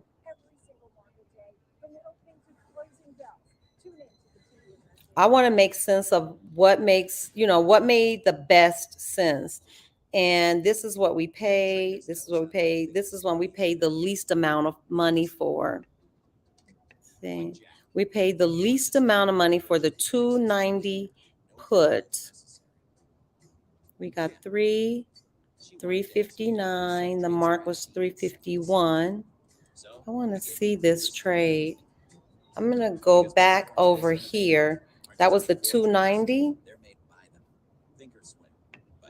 I'm going to go right over here, find the 290 put. Here it is. This is the one that we paid the least amount for. So it's kind of like right at the money. The one that we paid the most money for was the 297 strike. Oh yeah, we paid for that. We paid big bucks. It looks like the one that we paid the least amount of money for may be the one that's most profitable, but we'll examine it at the end of the day when we have some real data, or before I get out of here at noon. So we will look at this. We can hold on to them too, to be honest with you. It's paper money and their puts. I think the market is going to have some more downside. So we can hold these and look at them again, either next week, or I can come on tomorrow, or I can post it on the community tab to tell you how these did. So let's go back and look at them and see if they are getting profitable. Well, the one that we paid the most money for, we are not making money. We're losing more money. So let me see. Yep, that's the 297. We are down $91. We paid a lot for that. Here's the one that we paid the least amount of money for, and we're only down $52. This one, we're losing twice as much money. So you all, that's what I'm talking about. You can do this kind of stuff when you're paper trading. It's low stakes. You're not losing any money, but you can look at and play around and see, oh, wow, I bought 3. I bought them around the same time. I paid more for this one. Look at that. I'm losing more money. I paid less for this one. This one's right at the money. And I'm only down $57. That's a nice little test right there for me. I don't need much more convincing that it isn't always, yeah. Yes, Dee's channel is Brown Girls Trade too. Just listening in, but the further out of the money will have the slower movement in price due to the lower delta. Let me put this up so y'all can read this. Put this in your notes, ladies. This note taking time. Okay, I'm taking notes too. The further out of the money will have the slower movement in price due to the lower delta. And just the opposite when you go red. The higher the delta, you will lose money more quickly. All right. That helps me because when that thing is running up like that, that can shake me out of a trade because I don't want to risk that much money. Yeah, she's also on IG too. And you all don't forget to go check out my sister Sonia of Sonia Unapologetic too. She's up. She just posted up some new stuff. So go check her out. She's got a I want to say it's an Amazon store. So please support one another. We'll do it for you. When you do your channel, this community, we love to support one another. We subscribe, we share, we do that, and that's how we all grow. Living my dream has been such a help and a support to me because it's something as simple as this. I got a ton of notes just from our chat. You can always roll back through the chat too, like when you're rewatching, roll back through the chat because I'm telling you, they drop gems. Okay, so the further out of the money, let me explain to you. I'm just going to go back to our chart and show you what living my dream means by out of the money. Let me get back over here to our options chain. And so you guys know, we've talked about this before. Where you see this color change, all this black background, these contracts would be considered out of the money. That means they start out, well, let me go at it the opposite way. These contracts where you see this purplish or this blue, these contracts are in the money. And it means that they already have some intrinsic value built in. So that's one reason somebody might want to purchase them in the money contract. But what I like is that we got this one and it's just about at the money, either this one or this one, just about at the money, meaning you see this right now QQQ is trading at 289.97 and we're right at the money. That's basically $290, and that's the contract that we bought, $290. That's the strike price. Look, right now she's trading at even $290. So we're right there at the money. You'll see it keeps kind of going black and then purple. This is the one we paid the least amount of money for. The further you go up, the more expensive. You can actually see the price. This bid ask was between $3.41 and $3.43. This was way up between $7.77 and $7.88. The bid ask is even tighter down here. It's only 2 pennies apart. Our delta is 50. Yeah, that makes so much sense. Thank you, Living My Dream. That makes so much more sense. If you're only making $50 for every dollar you go up, you're only losing $50 for every dollar it goes down. I'm telling y'all, this stuff makes more sense when you play with it. So this contract, you would get paid more if the move goes your way, but if it doesn't go your way, you're going to be losing more. If it goes up $1, you could look to profit $74. But if it goes down $1, you could look to lose $74. And the same is true for this most expensive one that we purchased. We would make $82 if the move goes your way, but if it doesn't go your way, you're going to be losing money. So now that explains why. Let's go back and look at it. Why we see the profits the way we do. This one we paid the least amount of money for. It has a lower delta. It's going to lose money, let's say, less rapidly. It's not going to lose as much money as quickly. This one that we paid top dollar for is losing money way more quickly. That makes sense to me. That makes perfect sense. So, do you want to? I don't know. I could see so many different. I tell you, trading is so individual. By the same token, if it goes up $1, this contract, remember, our delta was about 50. You're going to make about $50. Did this thing go down $1? Look at that. Oh my gosh. So less risky, perhaps. You're paying less, which means you've got less money out in the investment streets, and you're losing money at a lower rate. But you're also gaining too at that same rate. So I don't know. I kind of like this. I don't know. Would I rather be losing $85 or $33? I could live with 33.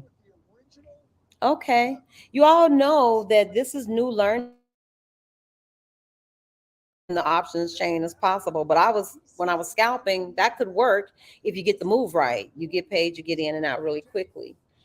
But this makes sense for day trading to really pay attention to. It makes sense, period, to pay attention to what you're um, paying for your contracts. So we are only down 2.37%, whereas we're down 3% here, and we're down roughly 3% here as well. I love this. This changed my life, y'all. This profit loss percent. I always had these two. This profit loss percent, I don't even know. Put it on your chart, folks. Put the profit loss percent on your chart. It'll change the way you look at these numbers. Yes, yes. And don't forget our family. Oh, yes, Kathy at Wellside Retreats. Y'all, please. Yes, her journaling. She journals Tuesday and Thursday mornings. It's Central Time. And you guys go check out the time, because don't forget to move the comment banner. Okay, it's in the way. Thank you, Marilyn. Okay, so now you guys can see what I was talking about. This, these are the three puts, three different sets of contracts that we purchased. This one we paid the least amount of money for. This one we paid the most amount of money for. And you can see how it affects the profit. We are losing almost at twice the rate here. We're only down $40. We're down $87. But by the same token, you guys, when the trade turns our way, like when it starts to go down, you're going to see how much faster that contract makes money too. I think this maybe exposes us to more risk. Whew, learning. Dee would be very proud of me. You know how somebody tells you something? I don't know what kind of learners you guys are, but when I tell you I am a kinesthetic learner, I have to do it. I have to practice it. I have to see it. It has to make sense in my head. I have to do all of that. You could tell me something and I'm shaking my head. I'm like, yeah, I hear you. That makes sense to me. Uh-huh. But until I get over here and do it and see it and sit with it and look at the numbers and do all of that, it doesn't rest in here. I need all that knowledge to incorporate in my brain and in my I got it. That's when you know something. It's one thing to hear something, and to learn something or to be learning something, but it's a whole nother thing when you get it. That's like when I get it. I don't get it until I can play with it and make my own meaning. When I can sit here, she told me that. She said, Sandra, you might be in the money. She said, and it may even make more money if that contract goes your way. She said, but you're risking more too. I heard her, but now I see it. You guys, do we want to be risking, that's $36 loss. That's a loss I could stomach, as opposed to, you say, $100 loss. I don't know. But I'm really anxious to see what's going to happen when the price starts to dip. Hopefully we'll get some downturn so we can see. But what we could do too, you guys, to test this, we could do the exact same thing on the other side. We could do it with calls to see what happens if the price goes up. Then that way we can study what happens if the price goes down and what happens if the price goes up. So I'll go back and recreate the same thing with 3 calls and let's see what happens. But this is totally fascinating to me. And remember, this last one, I want to say, is the one that we also purchased market price, which means we really paid top dollar for it. Yeah, look at that. Because this is $359, the mark's $352. These were closer in price. Oh, no, this is still learning, still talking it through.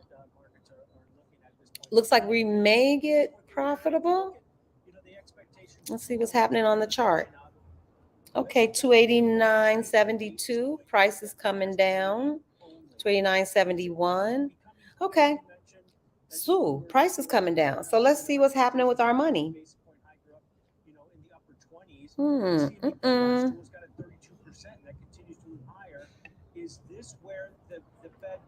Let's go over here and see what's happening with our money. So we're down $12. We're down $10. I want to see how these profits rack up. I just really need this thing to go ahead on and get down to 88 or something, so we can see what a dollar does to the price. So while we're waiting for QQQ to either, it's consolidating. But while we're waiting for that, I'm going to go ahead and purchase the 3 calls the same way and see what that looks like. So remember, these first 2 that we purchased, we did limit orders and we waited. This one was a market order. I'm going to make sure. Yeah, that was a market order. And it's not doing so well. I think because we actually overpaid. Let's see, I want to make sure I'm checking the chat. Okay. And to add a little more to the puzzle, for every dollar move, the gamma will be added or subtracted to the delta, so that delta will change as the stock moves. I saw that. We saw that number change, and that's because of gamma. Yesterday, we looked at, we did a cursory look at the Greeks.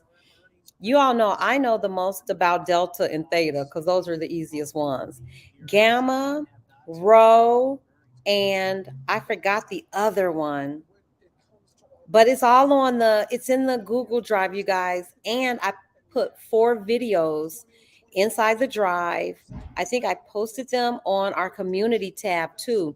So let's get educated about, delta, theta, gamma, rho. There's one more. I forgot what it is. But the information is out there. And you can figure in that you will have a target in mind. Okay. I'll try if I'm already up and awake. I know. I want to get there. I'm going to get to her. I'm going to get there. I'm going to set my alarm because Kathy has been so wonderful to me and so supportive. I want to make sure that I get to her. And I need to be journaling. Seriously. It's not like I'm just doing it because she's my buddy. I need to be journaling. I really do. Okay. So Please add this to your notes too, ladies. Add this to your notes that for every dollar move, the gamma will be added or subtracted to the delta.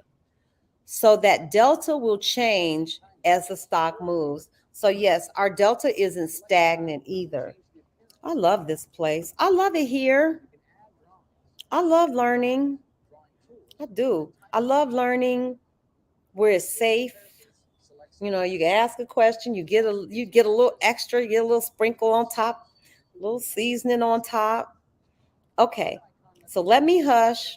Let me get over here and we're going to now purchase 3 calls the same way. I'm going to purchase one barely like at the money or slightly in the money. I'll go up the options chain a little, and then we're just going to ball out and market buy into one. We don't care about the price, and then we'll see how those trades look differently. So I'm going to my trade tab. We bought our 3 puts, and I'm going to try to replicate something like that on this side. This is our call side. We're saying we think the price is going to go up. That's why you purchase a call, because you think the price is going to go up. So since we purchased this one right just barely in the money, I'm going to just buy this one barely in the money. We'll buy 3, and we've got, oh man, this is a bid ask spread of like a penny. It doesn't even matter really. The bid ask spread is up. Oh, no, let me make sure. $3.99, $4.01, 2 cents. We're okay with that. I'm not gonna squabble about those pennies. Oh, but I do want to go back and look at the high low just because I should. And so we were looking at one that's barely in the money. This is a couple pennies apart, but 440 was the high, 355 is the low. And so we're not going to pay anywhere near the high. I have a question for anybody in the chat who knows. I don't know if Living My Dream is still here. Can you offer less than the bid? Can you go in and offer less? Because now this is 2 pennies different. This, could I offer a little closer to, say, 375? Would that get filled? I'm going to try it. We'll do it both ways. I'm going to see what happens. So let's buy single. We'll buy 3 like we always do. I'm going to pull this price down and see if we could get it. Who knows? Maybe they'll fill it. Maybe they won't. So we're going to go and just ask for a real serious discount. Let me look at that again. 350. I'm going to say 375. See what happens. If they'll do it for 375. I don't know. I'm just experimenting. Let's try that. That's a discount we're asking for. So let's confirm and send. Those 3 would cost us $1,100. So divided by 3, that's about $400 a contract. So if you only bought 1, you would be risking $400. But we're buying 3, so we're going to confirm and send. And you'll see that it's waiting. Once it's sold, it'll move over. Right now it says buy. So, and if you click here, you'll see that it's working. You see, it says working here. I don't know if y'all can see that box.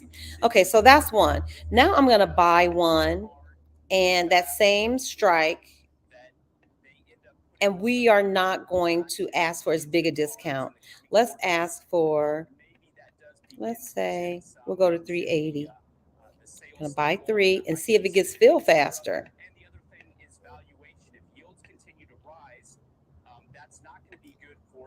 Okay. So now I got those. That's basically at the money. Now I'm going to go up. I'm just going to do just what I did here. I'm going to go up 1, 2, 3, for 5 strike prices. Let's just keep for parity's sake. 1, 2, 3, 4, 5. But I wouldn't buy that because there's nobody in there.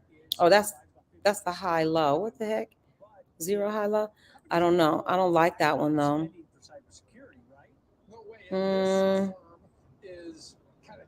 See the bid ask. 9, 10. That's 11 cents difference.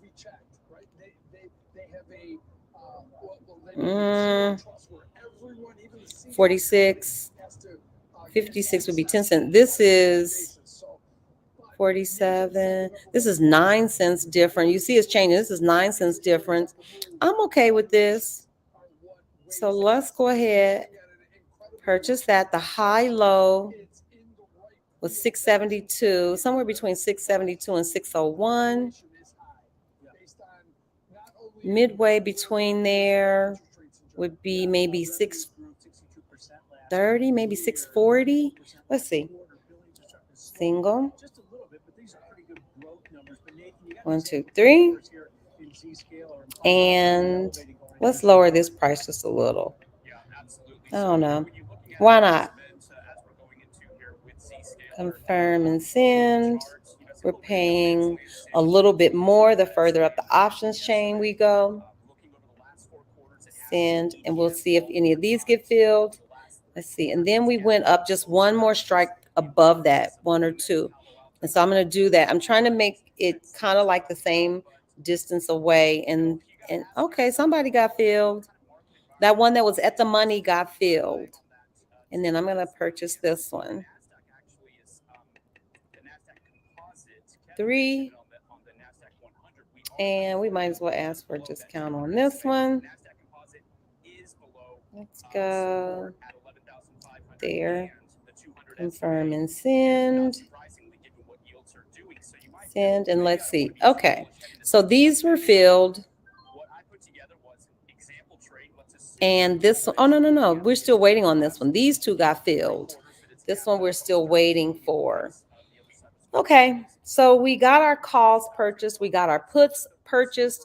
And we're just going to watch price and see how it affects these. See, this is going on a while. So I'm going to cancel and replace. Oh, none of those got filled. Let's work with this one first. The price was 30. Let's see if we raise the price a little. I don't know if he'll fill it. Try it. Yep, send. And I'm going to click this again. But, okay. This is okay. We got enough. Let's get over here and look at this money and see who's doing what. Okay, so below, I want to say, if you click here, you can see if it's your calls or your put. These are our puts down below. Put, that's a put. This is a put. So our puts are not profitable. Let's go up here and look at our calls. This is a call. This is a call. And one of our calls is already profitable. And yeah, well, there you have it. It was the one that we purchased at the 283 strike. And it's already profitable. And I think this other one is profitable too. So clearly calls would have been the way to go. Let's look at the chart. And the price is going up.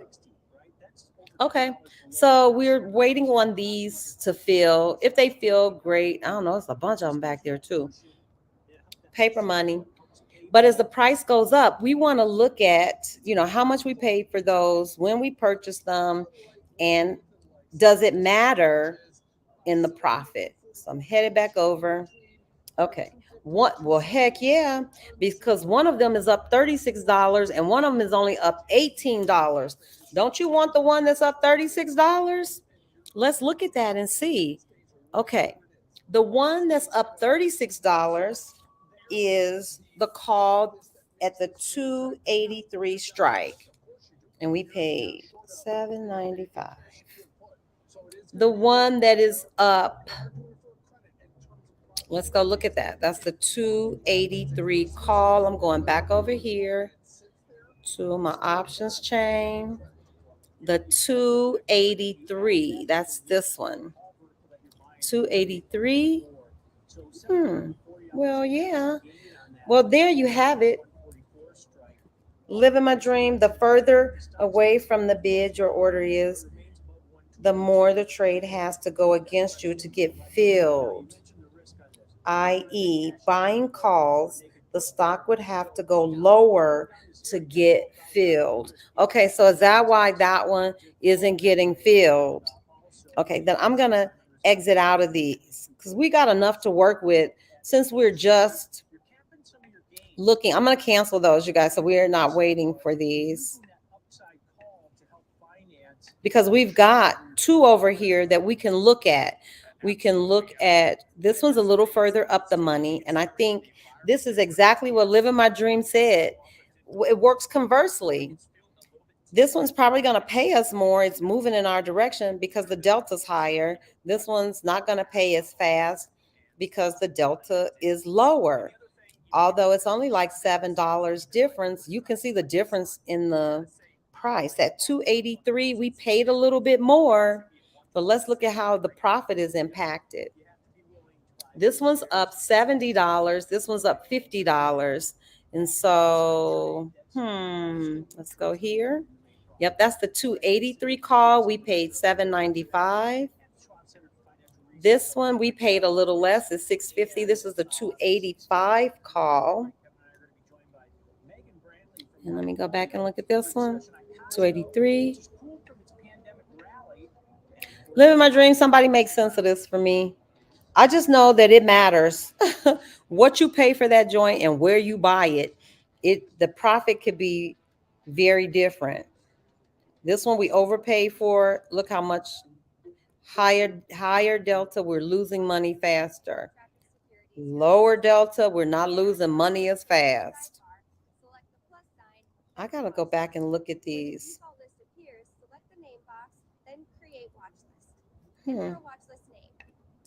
And the price is continuing to go up. So, okay, let me look at my comments. Okay, the further away from the bid, the comment banner is blocking. Okay, sorry, y'all. Sorry, I gotta take the comment down. Sorry, folks. Okay, can you see it now? You just have to wait on the order to come down or up on your move. Okay. Okay, so it will get filled, is what you're saying. If we leave it there long enough, it will get filled. Hey, Nicole. Welcome, welcome, welcome. Welcome, welcome, welcome. We're in paper trading today, and we're just playing around, looking at how delta affects price. We're looking at how you're positioned on the options chain, how much you pay for a contract. Oh, something smells so good. I'm telling you, my neighbors cook. Oh, Lord, they cook. And the food always smells so good. Oh, Lord. Anyway, so at 12 o'clock, you guys, I'm going to be getting out of here. But what I will do is I'll try to screenshot what these contracts are doing. You can replicate this if you want to. Watch the replay. Back test, purchase contracts, do the same thing. Purchase 3 contracts in paper trading at 3 different prices. Look at how that affects your profit. It's all learning for me. So we got calls and the price is going up. I'm going to move over to y'all know I like to look at the 1 minute, especially if it's moving in my direction. I want to know on the minute. I do not advise this. Nobody I know trades on the minute. Nobody does. But okay, so we purchased these. And so in the last 1, 2, 3, 4, 5, 6, 7 minutes, it's been going up. And it looks like we may be heading into an upward trend. Look at these green. Oh, Lord. As quickly as I said it, as quickly as it changed. But let's go and look at the profit on the calls, because we know our puts can't be doing much of anything. It looks like a little pullback here. But let's look at what's happening with the money in these calls. Y'all, look how much money that was so quickly. We haven't been in these trades that long. And between the two of them, I would never buy 6 calls. But even if you bought 3, you made $73. Now, at this point, I would want for somebody to talk to me about risk reward, because we paid, I don't know if we overpaid for them, but I would want to look at that. Like, what did we pay? How is that panning out for us? So this one's up 3.65%. This one's up 3.5%. You can look at that too. These are down, how much they're down. I like that, how much we're down for the day. So if you are in your paper trading account, here's some things I would suggest that you put here, and you can change them with this gear right here. So I would definitely put quantity, because that tells you how many contracts you purchased. I like having this field days, because it reminds me how many days are left on my contract. Trade price, you always want to know how much you paid. I'm not sure. Somebody would have to tell me if the mark is absolutely necessary. Mark change, I'm not sure, to be honest with you. These were already here, but these are the ones I like to see. This is a game changer for me. Look at that. Look at the profit. Wow. Up 5%. This one's up almost 6%. There was clearly a jump in the price. We don't even need to look at the chart, but we can go and see. Look at that big old candle. And because look how close it is to this RSI, we know they don't stay up there forever. This might be a good time to bail on this trade, or just kind of watch it. It may pull back a little and keep going, but that's a nice sizable profit. When it hits that RSI like that, I'm watching everything. I'm watching my MACD. I'm watching my lemon squeeze, because if it looks like we're going to be giving some of that back, you might want to cash out. And so you might want to look over here again. Is this 7%? I had said earlier, anywhere between 8% and 12% profit, I would be okay with that, because my goal is to be competitive with the market. What is the market producing? And so generally an ETF like QQQ, I think in the past, somewhere under 17% a year for sure. Y'all know I'm throwing out round figures, because I don't want to lock in. Please like, subscribe, and share. Don't forget to hit that like button. Most of all, y'all, any of the buttons, all those buttons work. You can do no wrong. Hit a button, we're winning. So we're up 7%. Okay, and let's look at the chart. Did y'all see that drop? But here's another thing that I think we talked about this, y'all. I'm not going to sell just yet, because you see how it hit and then it kind of pulled back a little, and she might be shimmying up again. That's how QQQ moves. I want to show it to you somewhere where you can see her hit, pull back, hit, pull back, hit, pull back. It's a little pullback thing in there. And then she calms down a little and she keeps going. I wouldn't call that a pullback shoot. That went on for a long time. So I'm just looking to see, and I'm going to keep checking my profit, 6%. I'll keep checking to see if I want to cash out. But for somebody, $160, that's a doggone good profit. If we divided that by 3, 8 times, let's see, that's 50.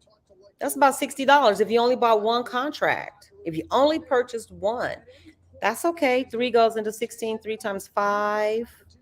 And so maybe $55 that you would have made in that short period of time. I don't know. Not bad. $160. To be honest with you, I would cash that out. I sure would. I would take that $160 and run later for that percent, but because I don't know what's going to happen. And I'm learning to, if you see a profit, take it. That thing is the truest thing I know. If you see a profit, take it. The only thing that's, we'll see. Okay. If this green pulls back and starts to head up, I don't know. That's on the 1 minute. Let me go on the 3. I shouldn't be looking there. Let's see what she's doing. We got that nice little bump up. This might be a little relief, and then she might go up a little more, just like this. Bump. She comes back a little, bump, come back a little bump. That's the way she moves. You can see it. That's the way she moves. She's inching up. So I'm going to hold tight. She's at 290. Where are we? 290.24. If it loses too much, or if these start to turn where it looks like it's a downtrend, I will get out. That's a lot. That's a lot to give back. Okay. I'm looking at my MACD now to see if it's any indication that this is a real for real trend change or if it's just a slight little pullback. I'm looking at this too to see. I'm looking for those dark blues. Once that dark blue shows up and that dark green starts to show up, I get real cautious.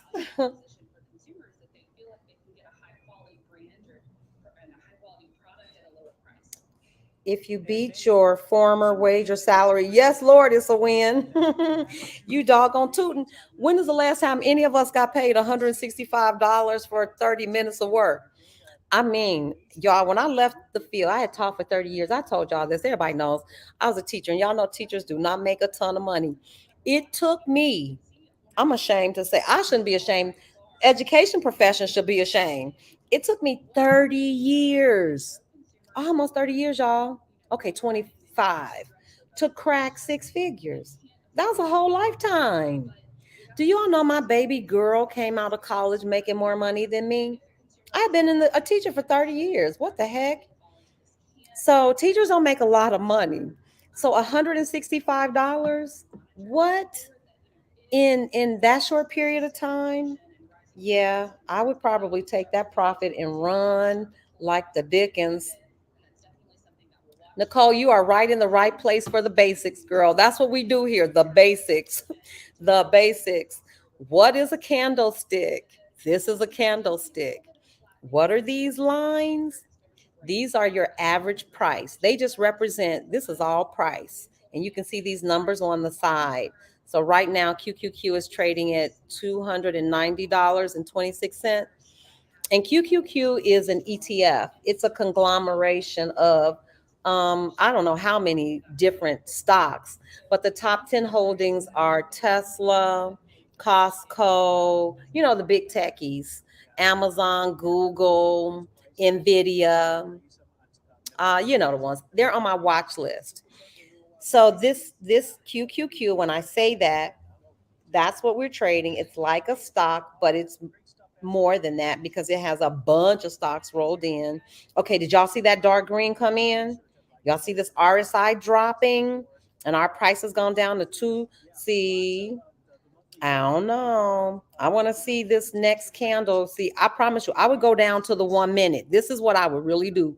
I'm not saying you do this. This is what I would really do because I really need to see what's happening here. You see this, if it's happening on the 3 minute, it's happening on the 1 minute already. You see how that's dropping? I would get out of here. I would roll back over here to this monitor because now we're at 5%. And I would probably take that $120 because remember, it was 160. We had an opportunity to take it out when it was 7%. So you could take, you see, that thing can drop and change. Or another alternative is because we bought time. Let me show you what I mean by time. We bought these contracts for 6 days. If you really believe in your thesis, if you really believe that over time, the next 6 days, the price is going to come down, don't sell it. Hold on to it. If you really believe over the next 6 days that this price is going to go up, and why would you believe that? Because you have studied your weekly chart, your daily chart, you've been charting price, you've been monitoring it. So Living My Dream says, in my main account, my goal is to average $200 a day, trading 2 hours a day. 252 trading days in a year, that's 50K per year, working 2 hours a day. Oh Lord, that I'll take that. That's my goal too. I'll take that. That's a great goal. But can you guys see, you don't have to make $1 million. It doesn't have to be a big old win every day. We could snag that $109, put it in the bank, and we're $100 up. Y'all, nobody put on clothes. Nobody went to see their boss. Nobody was ragging on you. Yes, I'm about to have this apple. Nobody is stressing. Mm-mm. What I want you all to see is if you put in the time, if you learn to trade the right way, if you follow, I'm telling you, there's so many helpful people in this community. They'll give you the information. Y'all need to write this down. I'm telling y'all, write this down. $200 a day in 2 hours. We did that. Conceivably, between these two, that's $200. Well, roughly. That's 100. Well, we were there. We were well over that. Now we're down to 4%. So I'm gonna look at the chart, see what's happening. Okay, yeah, you see the prices coming down. And you can see again, we have this little crossover. RSI is coming down. But have no fear, y'all. We got puts too. So we just need, if this continues all the way down, our puts could possibly get profitable. But the way I would play it is I would have took that profit. When it was at $160, I learned my lesson. That's a lot of money for me. $160, $100. Living my dream. He's been trading way longer than me. So $200 a day is his goal. Mine as a beginning trader is $100 a day. Can you make that much? Yes, y'all saw it happen right before your eyes. You're watching it. We could cash these calls out, could have cashed them out, put that money in the bank, and wait for these puts to get profitable. They're going to get profitable today too, because the price is going to go down some. So we'll see. And that's it. That's all trading is. I don't know what y'all thought it was. It is being able to read this chart. Let me get it off of this 1 minute, get it on the 5 minute. It's being able to look at this pattern, determining, with technical analysis, coming up with a thesis. And your thesis is, I believe the price will go up by this much, because that's important too. Levels are important, and that's something I'm working on, being more disciplined about having a target price, because I don't always have a target price, y'all. So I got to go watch me some videos. But y'all see her, this is the hop that I was talking about. She's hopping. As long as she doesn't cross below these, could be a slight little pullback. Maybe she'll continue to hop up. Who knows? But it is not hard to make $200 a day. But for me, as a modest, a beginning trader, I'm quite okay with $100 a day. I will take it every time.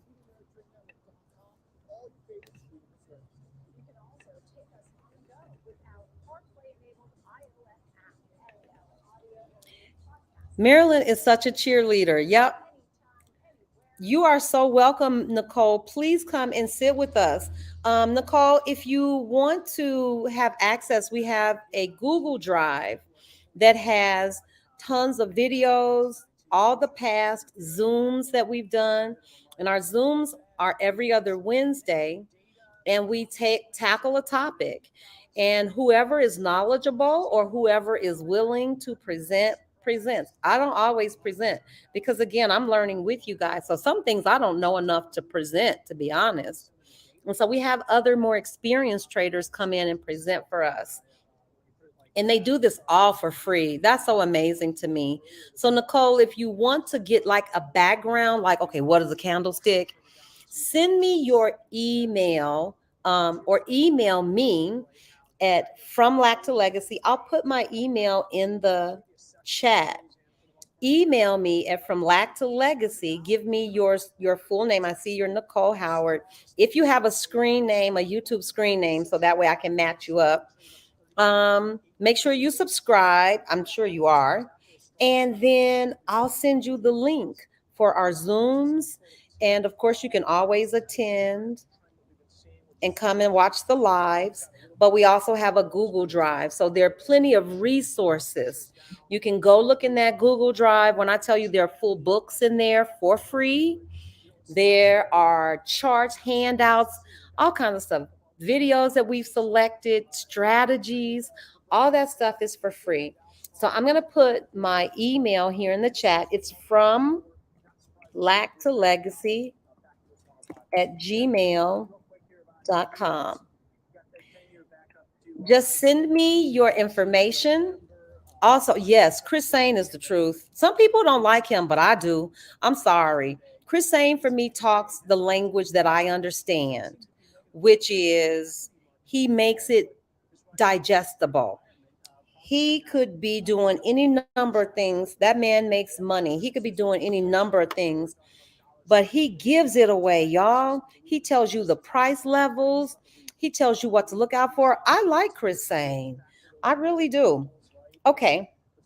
So we've got about 15 more minutes. I love him too, Marilyn. I know people who don't like him, but every time I hit one of his videos, I learn, I get some more valuable information. He trades Tesla, Apple, he trades big names. He's not into penny stocks. Yep, he does. He shows you. He tells you, he shows you, he walks you through. I love his approach, his tone. It's not intimidating at all. He really makes you feel like you're a part of the team and you can do it, and he's right there with you. If I were going to join a Discord, I might join his. That's what I really need. Yes.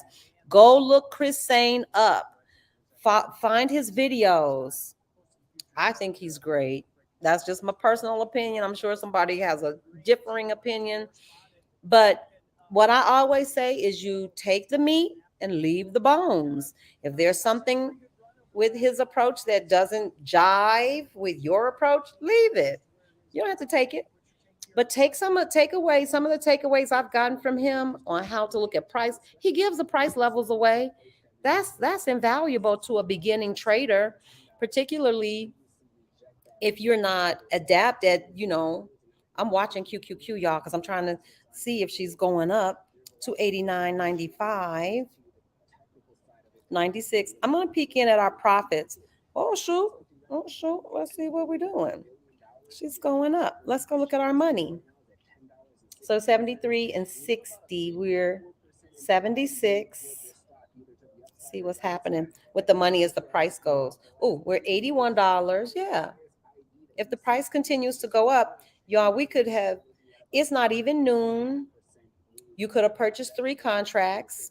That was really reasonable, to be honest with you. I don't think any of them we paid somewhere between $400, 300. I think at the top, when we paid the tippy top price, we paid 800, but we risked somewhere between $300. That is the next thing I'm going to work on, risk to reward ratio, because we don't want to be risking more money than we have to in order to get a profit. Here's what I say, though. The best risk reward that I know, control, is your sell button. Sell. If that thing turns against you, if the trade turns against you, like these, I don't know that I would let them get, I don't know, these are swings because we've got this time. That's how I get lulled in, because I know I got 6 days. I might sit in a trade longer, but watch how deep in the hole you're getting. You don't want to get too much in the hole before you decide to sell, especially if you're scalping or day trading. But since we're swinging, we got 6 days. And over 6 days, I'm going to leave these so you can see how these trades work out. How these are swings. We'll do these as swings. We could cash these calls out today. That would be considered a day trade. We would have made $70 in less than an hour. We would have, at one time, I think at the height, it was like $160. We should have cashed out at that 7%. We're going down now. We're at 2%. So you can see how the money works. I just want you guys to see how the money works. You can do this on your own. You can play with this. You can't hurt anything in paper trading. So if you do not have a paper trading account with TD Ameritrade, if you don't have an account, please, I can help you. I can help you get started just so that you can practice. You don't have to put any money on the table. I wouldn't suggest that you do that. I would suggest that everybody start with paper trading. Hit me up. There's a link in the description for this live. If you want to get set up, set your Thinkorswim up. It takes about an hour and a half. Even if it goes into 2 hours, we're okay.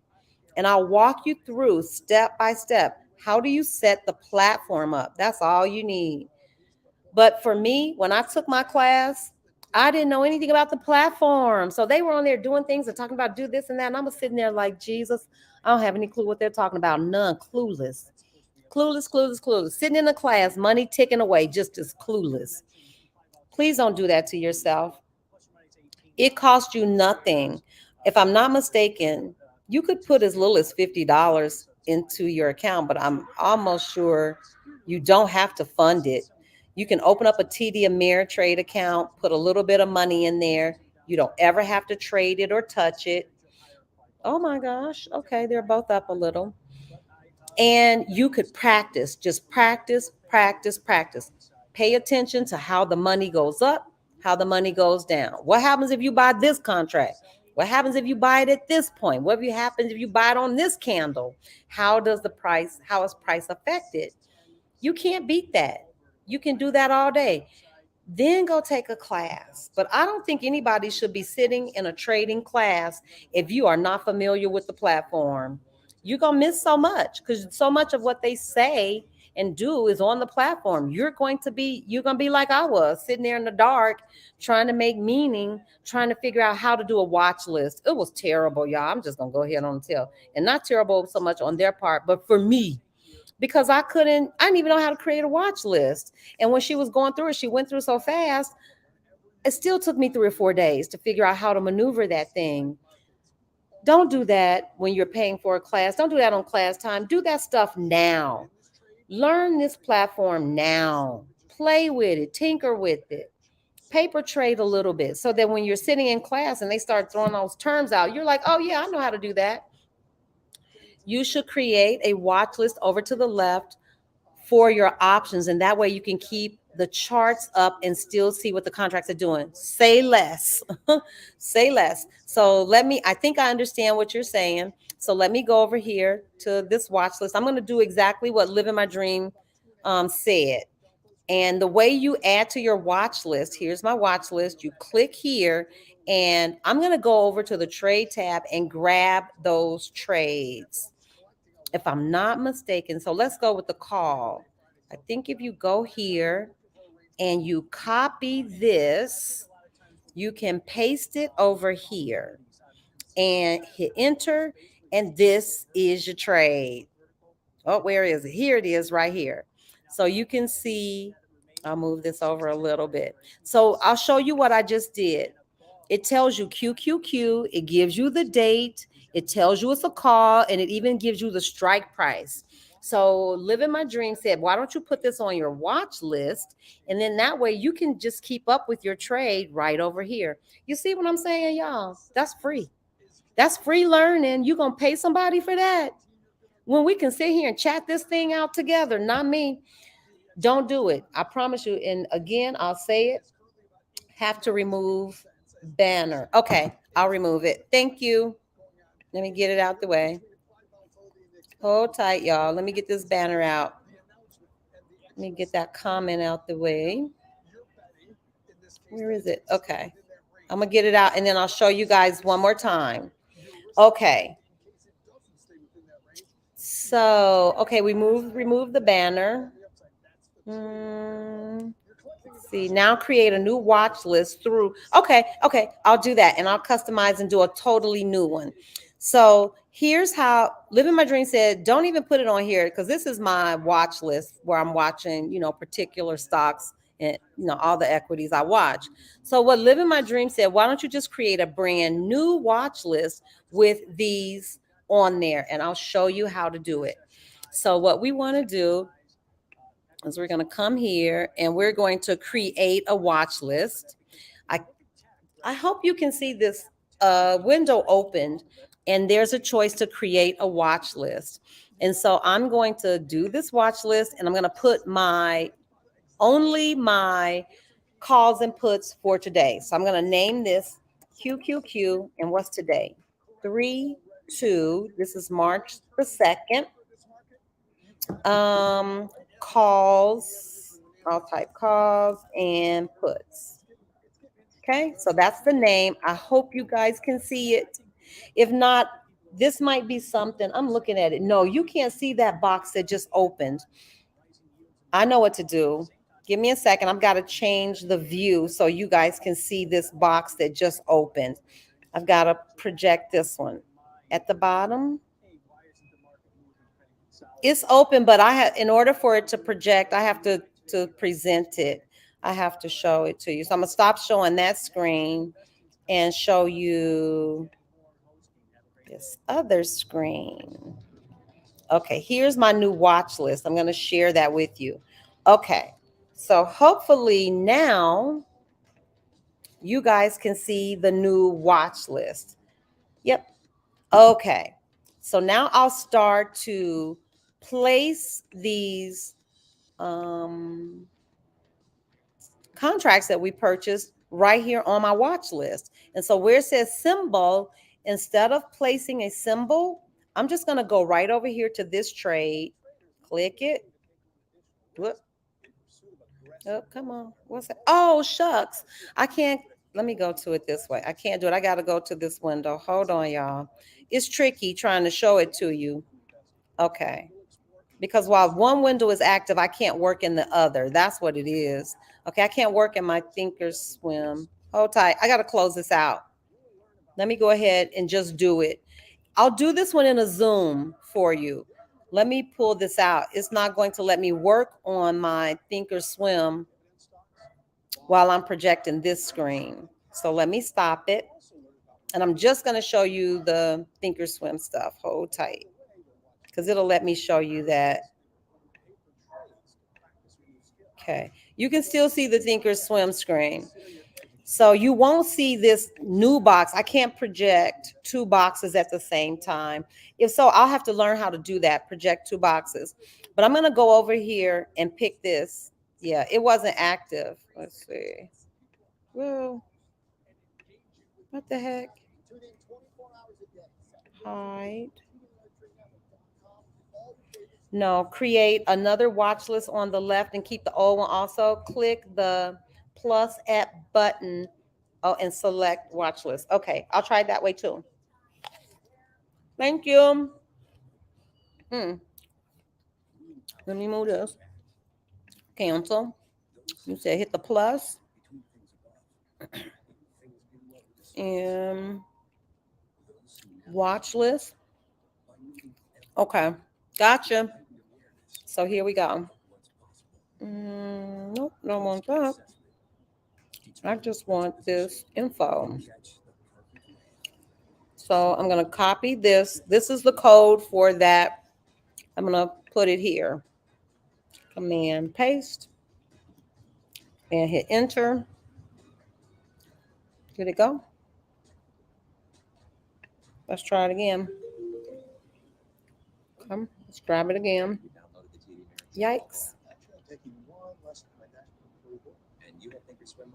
Okay, I'm copying this code. I'm gonna place it over here. There it is. And if I hit return, I don't know where this joint is going though.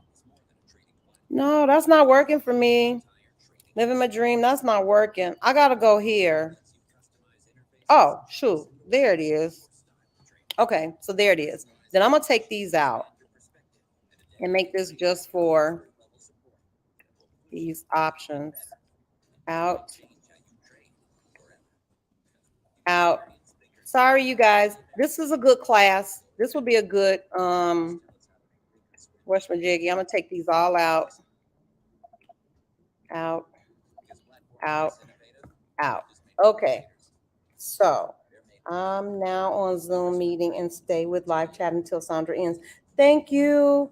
Marilyn, I'm gonna be wrapping up in just a few, to be honest. Once I get these, if you want to send a link, I can walk you through it. I'm back at my desk. Okay, I don't know how to do that. What kind of link?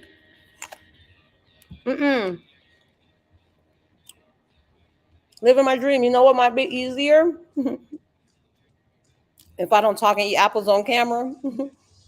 If I connect with you when you show me, and then I can present it in a Zoom where they can really see everything.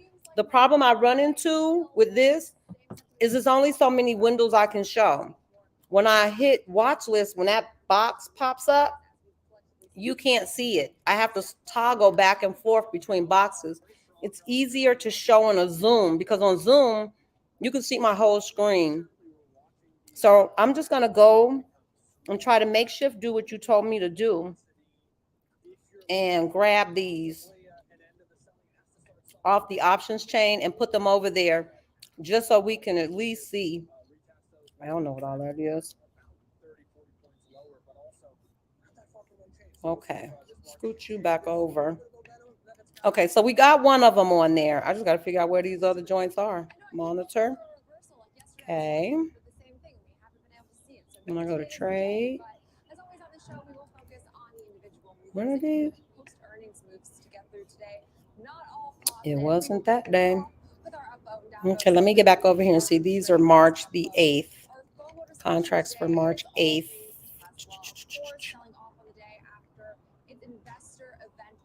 What's the, oh, child, that's why. I'm like, what the heck? QQQ. Delete. QQQ. Okay. That's why the option chain was looking so crazy. Okay, let me go back over here. So we got that one. Let me get this one. Copy. I'm going to put it over here and paste. I hope you guys can see that. So I just took the 2 calls and I put them over here in a watch list. Yeah. And so I'm going to do the same thing with this put. I'm going to go over here, grab this code, copy the code, and I'm going to place it right over here in my watch list. I just copied it and pasted it. And then I hit enter. And now that trade, the actual trade is over here. The net change, all of that. I can go in and customize that to show any data I want. So let me just grab them. So this is the way I do it. I hit this buy, and then this copy the code. It says copy here. This is the actual contract. Copy it. I'm just going to put it over here and paste it. Living my dream. Did I get it right? Now click the gear and you can add and remove the same columns. Okay. Yeah. Did you see that? I was on BBBY. That's why that the options chain looks so crazy. I'm like, what the heck? Okay. So let me grab this one. Oh, nope. This one. Okay. I'm going to copy this code, put it over here on my watch list, hit enter. Okay. So 1, 2, we purchased these 2 calls. They're listed here. We purchased these 3 puts. They're over here. And I'm going to give this chart some space because if I stretch it out, you can see. If you go over here and look where it says symbol, it says QQQ 23. That's the year. 03 is the month.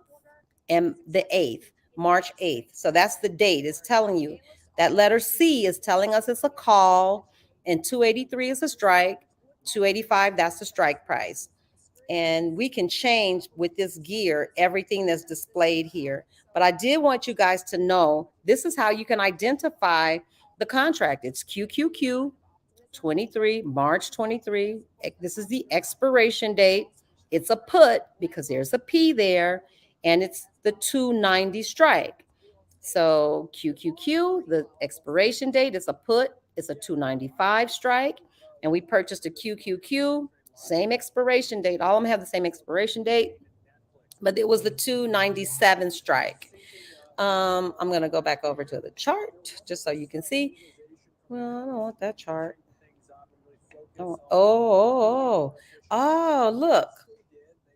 I love this platform. Y'all have no clue. I love this platform because when we hit this, we can actually see this is the actual contract. So I want to go back to QQQ though. So I'm going to get y'all to the actual QQQ so we can look at this chart and see what this money is doing. Let's see. Looks like she's inching her little self up. Chicky choo. She ain't going up hot, but she's going up a little. So Okay, living my dream. Thank you.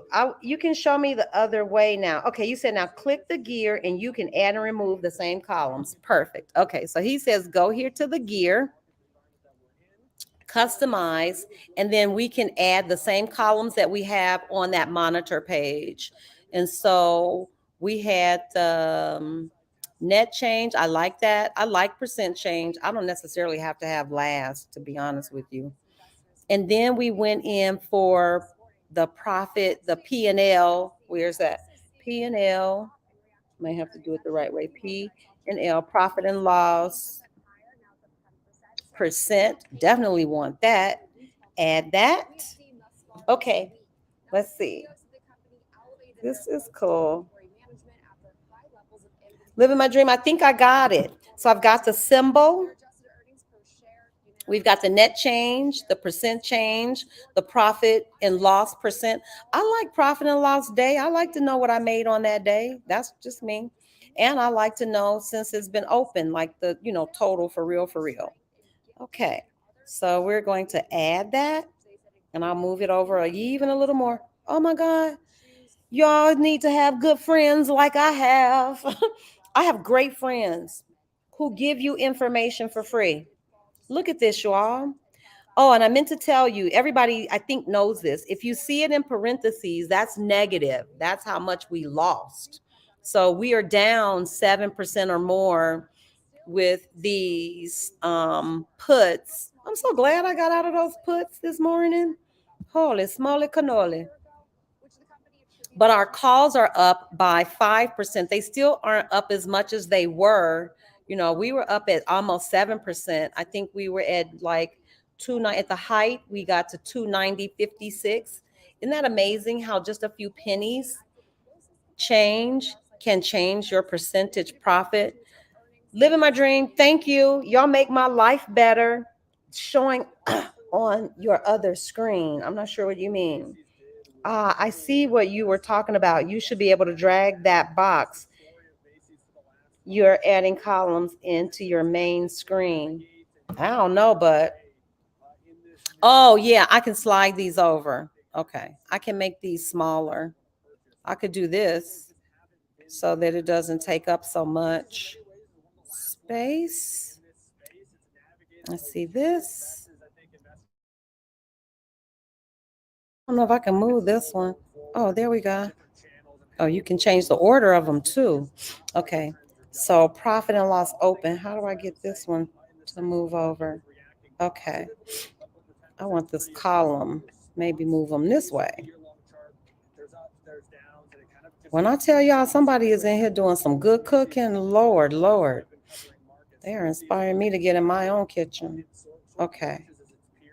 So let's do this. Anyway, you can play with this until you get it to where, it fits and you can see everything you need to see. Okay. So I think this might be a pretty decent Zoom to do, just to go over how to add this stuff. Let me move this one more time. Okay. So let me check the comments. All right. Not that when you click the gear, drag the box to your main screen. Oh, wait a minute. Click the gear. Okay. And drag the box to my main screen. Oh, I hear you, but I don't know how to do that. Okay, let me go. Okay. Nope. You're gonna have to show me that. I'll reach out to you in an email, and then maybe you could just Zoom with me really quickly, because it'll be easier than me trying to read this and figure out. Okay, open the customized box. Okay, I could do that. Okay, open the customized box. It's open.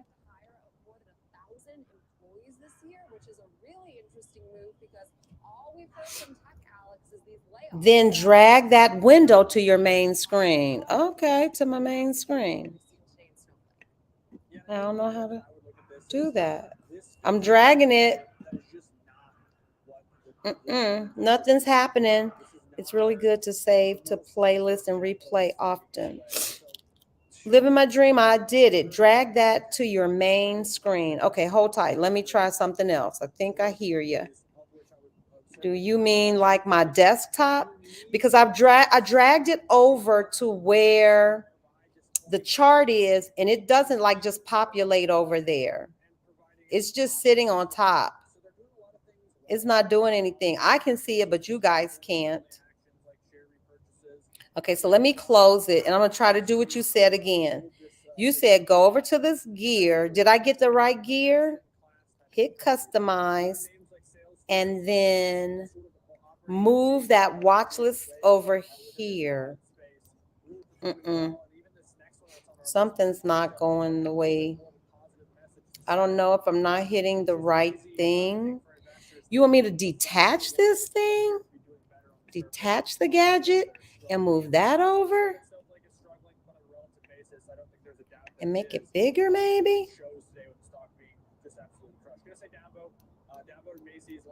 It's not translating. It's not translating, but that's okay because I know I'll get it. What I did get today, and this is what I want to thank you for. What I did get today, and I keep incorporating new stuff, is how to take that actual contract and put it in a watch list. I knew that, but I didn't even ever think to put in all my P&L data. So that's a win. Here's something else I learned too. If you click on that actual number, it populates over here and it shows you this wonderful thing that shows you the actual trade. Now, what I'm looking at and what it's doing, we're going to be practicing. Okay, so here the high was the price. I think the high was 13.11 and the low was 7.93. So I think we can look to see where we paid, or let's see. I have to put that on there, the mark or the price. Okay, folks. On PC, I would hold left mouse and put it on top of chart. Okay, let me see. This is a Mac, so let me see. Okay, you said hit this, customize. Okay, I got it. Let's see if I could do that. You know, Macs are flaky. You gotta click with 2 fingers, click with 3 fingers, slide to the left, slide to the right. I wish it was as simple as a double tap. People say double tap, you have to hit the mount. I'll figure it out. But thank you for the learning for today. Here's a recap, y'all. We got out at a profit of 24%, about that much, which was good. And we got out before this thing, got too crazy. So let me put QQQ over here. And then I can tap it. It'll pull out. It hit a low overnight right before open of 288.20, and I got out somewhere in one of these. Oh no, that's 30 minutes. I got out earlier than 30 minutes, I think. I'll have to go back and see. Let me put it on 5 minutes. So we got out before we gave back too much of that profit. So I want to say I got out in fairly early this morning. I made that call pretty quickly. I'm pretty sure if I saw this red candle, it probably shook me out, scared me. Definitely this one, I would be gone. So somewhere in between here, the first 30 minutes of the day, 40 minutes of the day, we were out of there. So I was able to get a profit. That's a good thing. I learned today how to take my actual options chart, my actual options contract, and put it over here in a watch list. Priceless. I actually learned the other day how to, on my home screen, put in the percent profit and loss. And that has been helpful to me with knowing when to get out of a trade too. So I know, Nicole, Macs are flaky. They are, once you get all your stuff linked up and they talk, it's beautiful. They're seamless. but you gotta learn how to maneuver that thing. What's the three finger swipe, the two finger swipe, the two finger tap. It's a whole nother language, y'all. It's a whole nother language. But we did good today. So we made money. I don't have any contracts. I didn't buy anything else today. And I'm probably not going to buy anything. I'm going outside. I'm going to buy a new lens for my camera. Get out and shoot some stuff. I think I'll drop some pictures that I took with my new camera. It's not a new camera, it's a new lens. I'll drop some of those pictures in the on the community tab so you guys can see. I know that would be me. That's going to be my next move, a wireless mouse.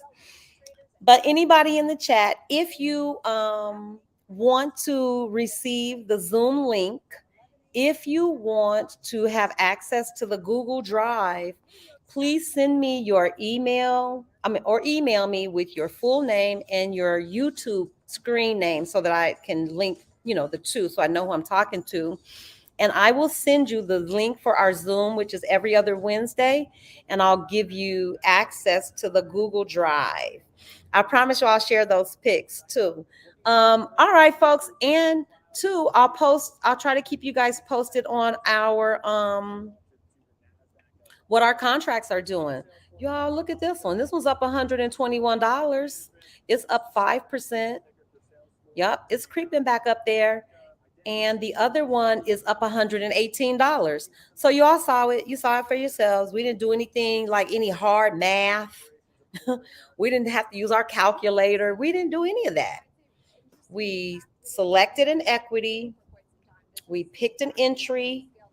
We purchased a few contracts. We let them sit for a little while. So if you've got a few hours in the day, most real, I want to say day traders, certainly scalpers, they're done for the day. They took their money or whatever, their profits, and they're outside playing. And that's what I'm about to go do too. But I will leave these. I won't sell them or anything. And we can revisit this because I'm hoping over the next 6 days that even these will become profitable.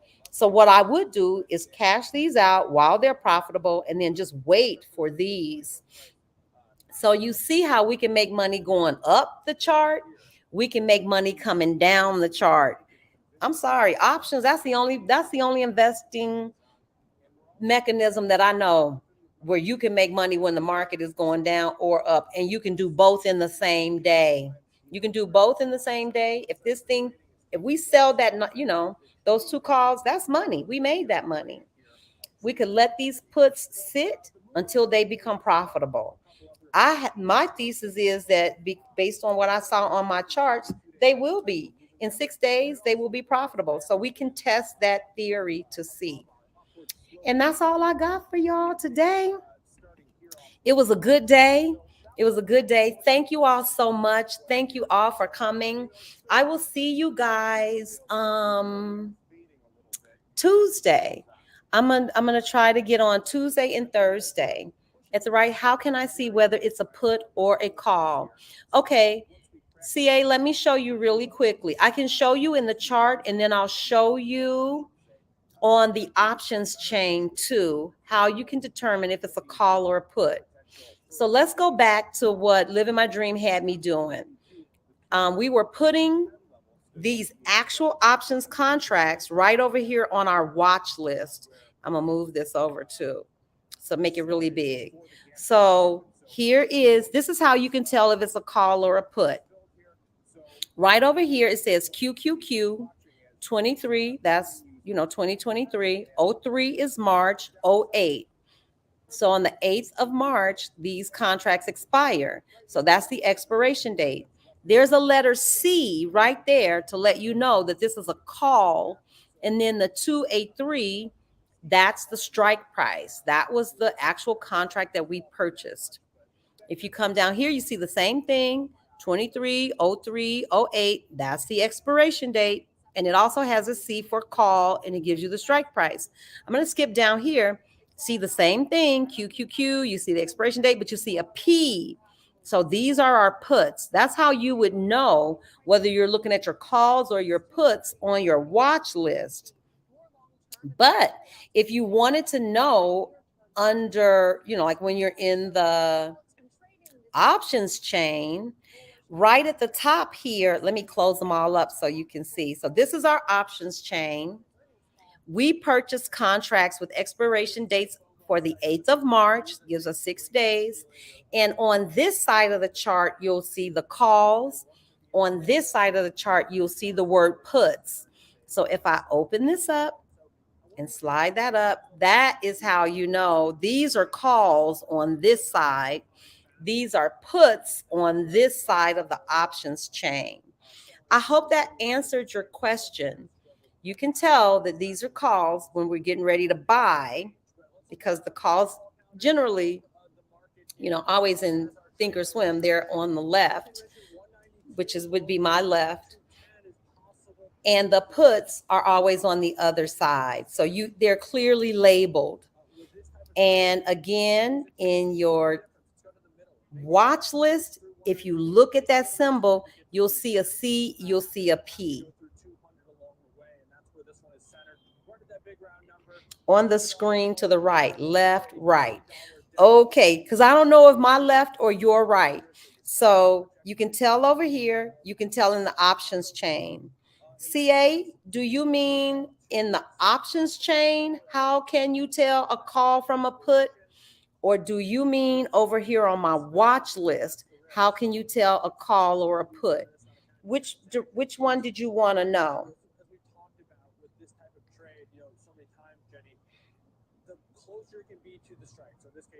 Maryland is such a big help, y'all. If you're going to give folks their flowers, you need to give them to them while they can hear, see, smell, and all of that stuff. Maryland is a gem. Just like, the sisters in Exodus Summit, they are the real truth. Nobody here is getting paid. Nobody, not one soul, not a penny of compensation. Nothing more than goodwill. These people come and drop information. They're basically teaching us to trade. I learned more. I said what I said. I'm sorry. It's my truth. It might not be somebody else's truth, but the truth is I learned more. The class was a great foundation, but I learned more right here, being able to ask questions and have people be patient with me and talk to me. You see how patient living my dream is? Lord, who would explain? Nobody ever explained anything more than once to me in that class. And if anything, they made me feel like I was too old and too slow and maybe dumb. I never feel that way here. And Lord knows I have to see it 5, 6, 7, 8 times sometimes before I got it. So CA, I hope that helped you. But don't worry, we're not going nowhere. Next Wednesday, we can do a Zoom and we can go over the whole thing. Like how to put your options contracts here, how to view it, that whole high-low thing. I promise you, if you see it over and over and over and over and over again, eventually it starts to make sense. You go, oh, okay, I see it now.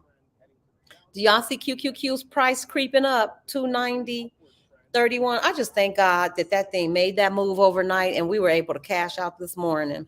Because I would probably be like at break even at 290.29. Yep, I would be at break even. That $2 move down, that was a big help.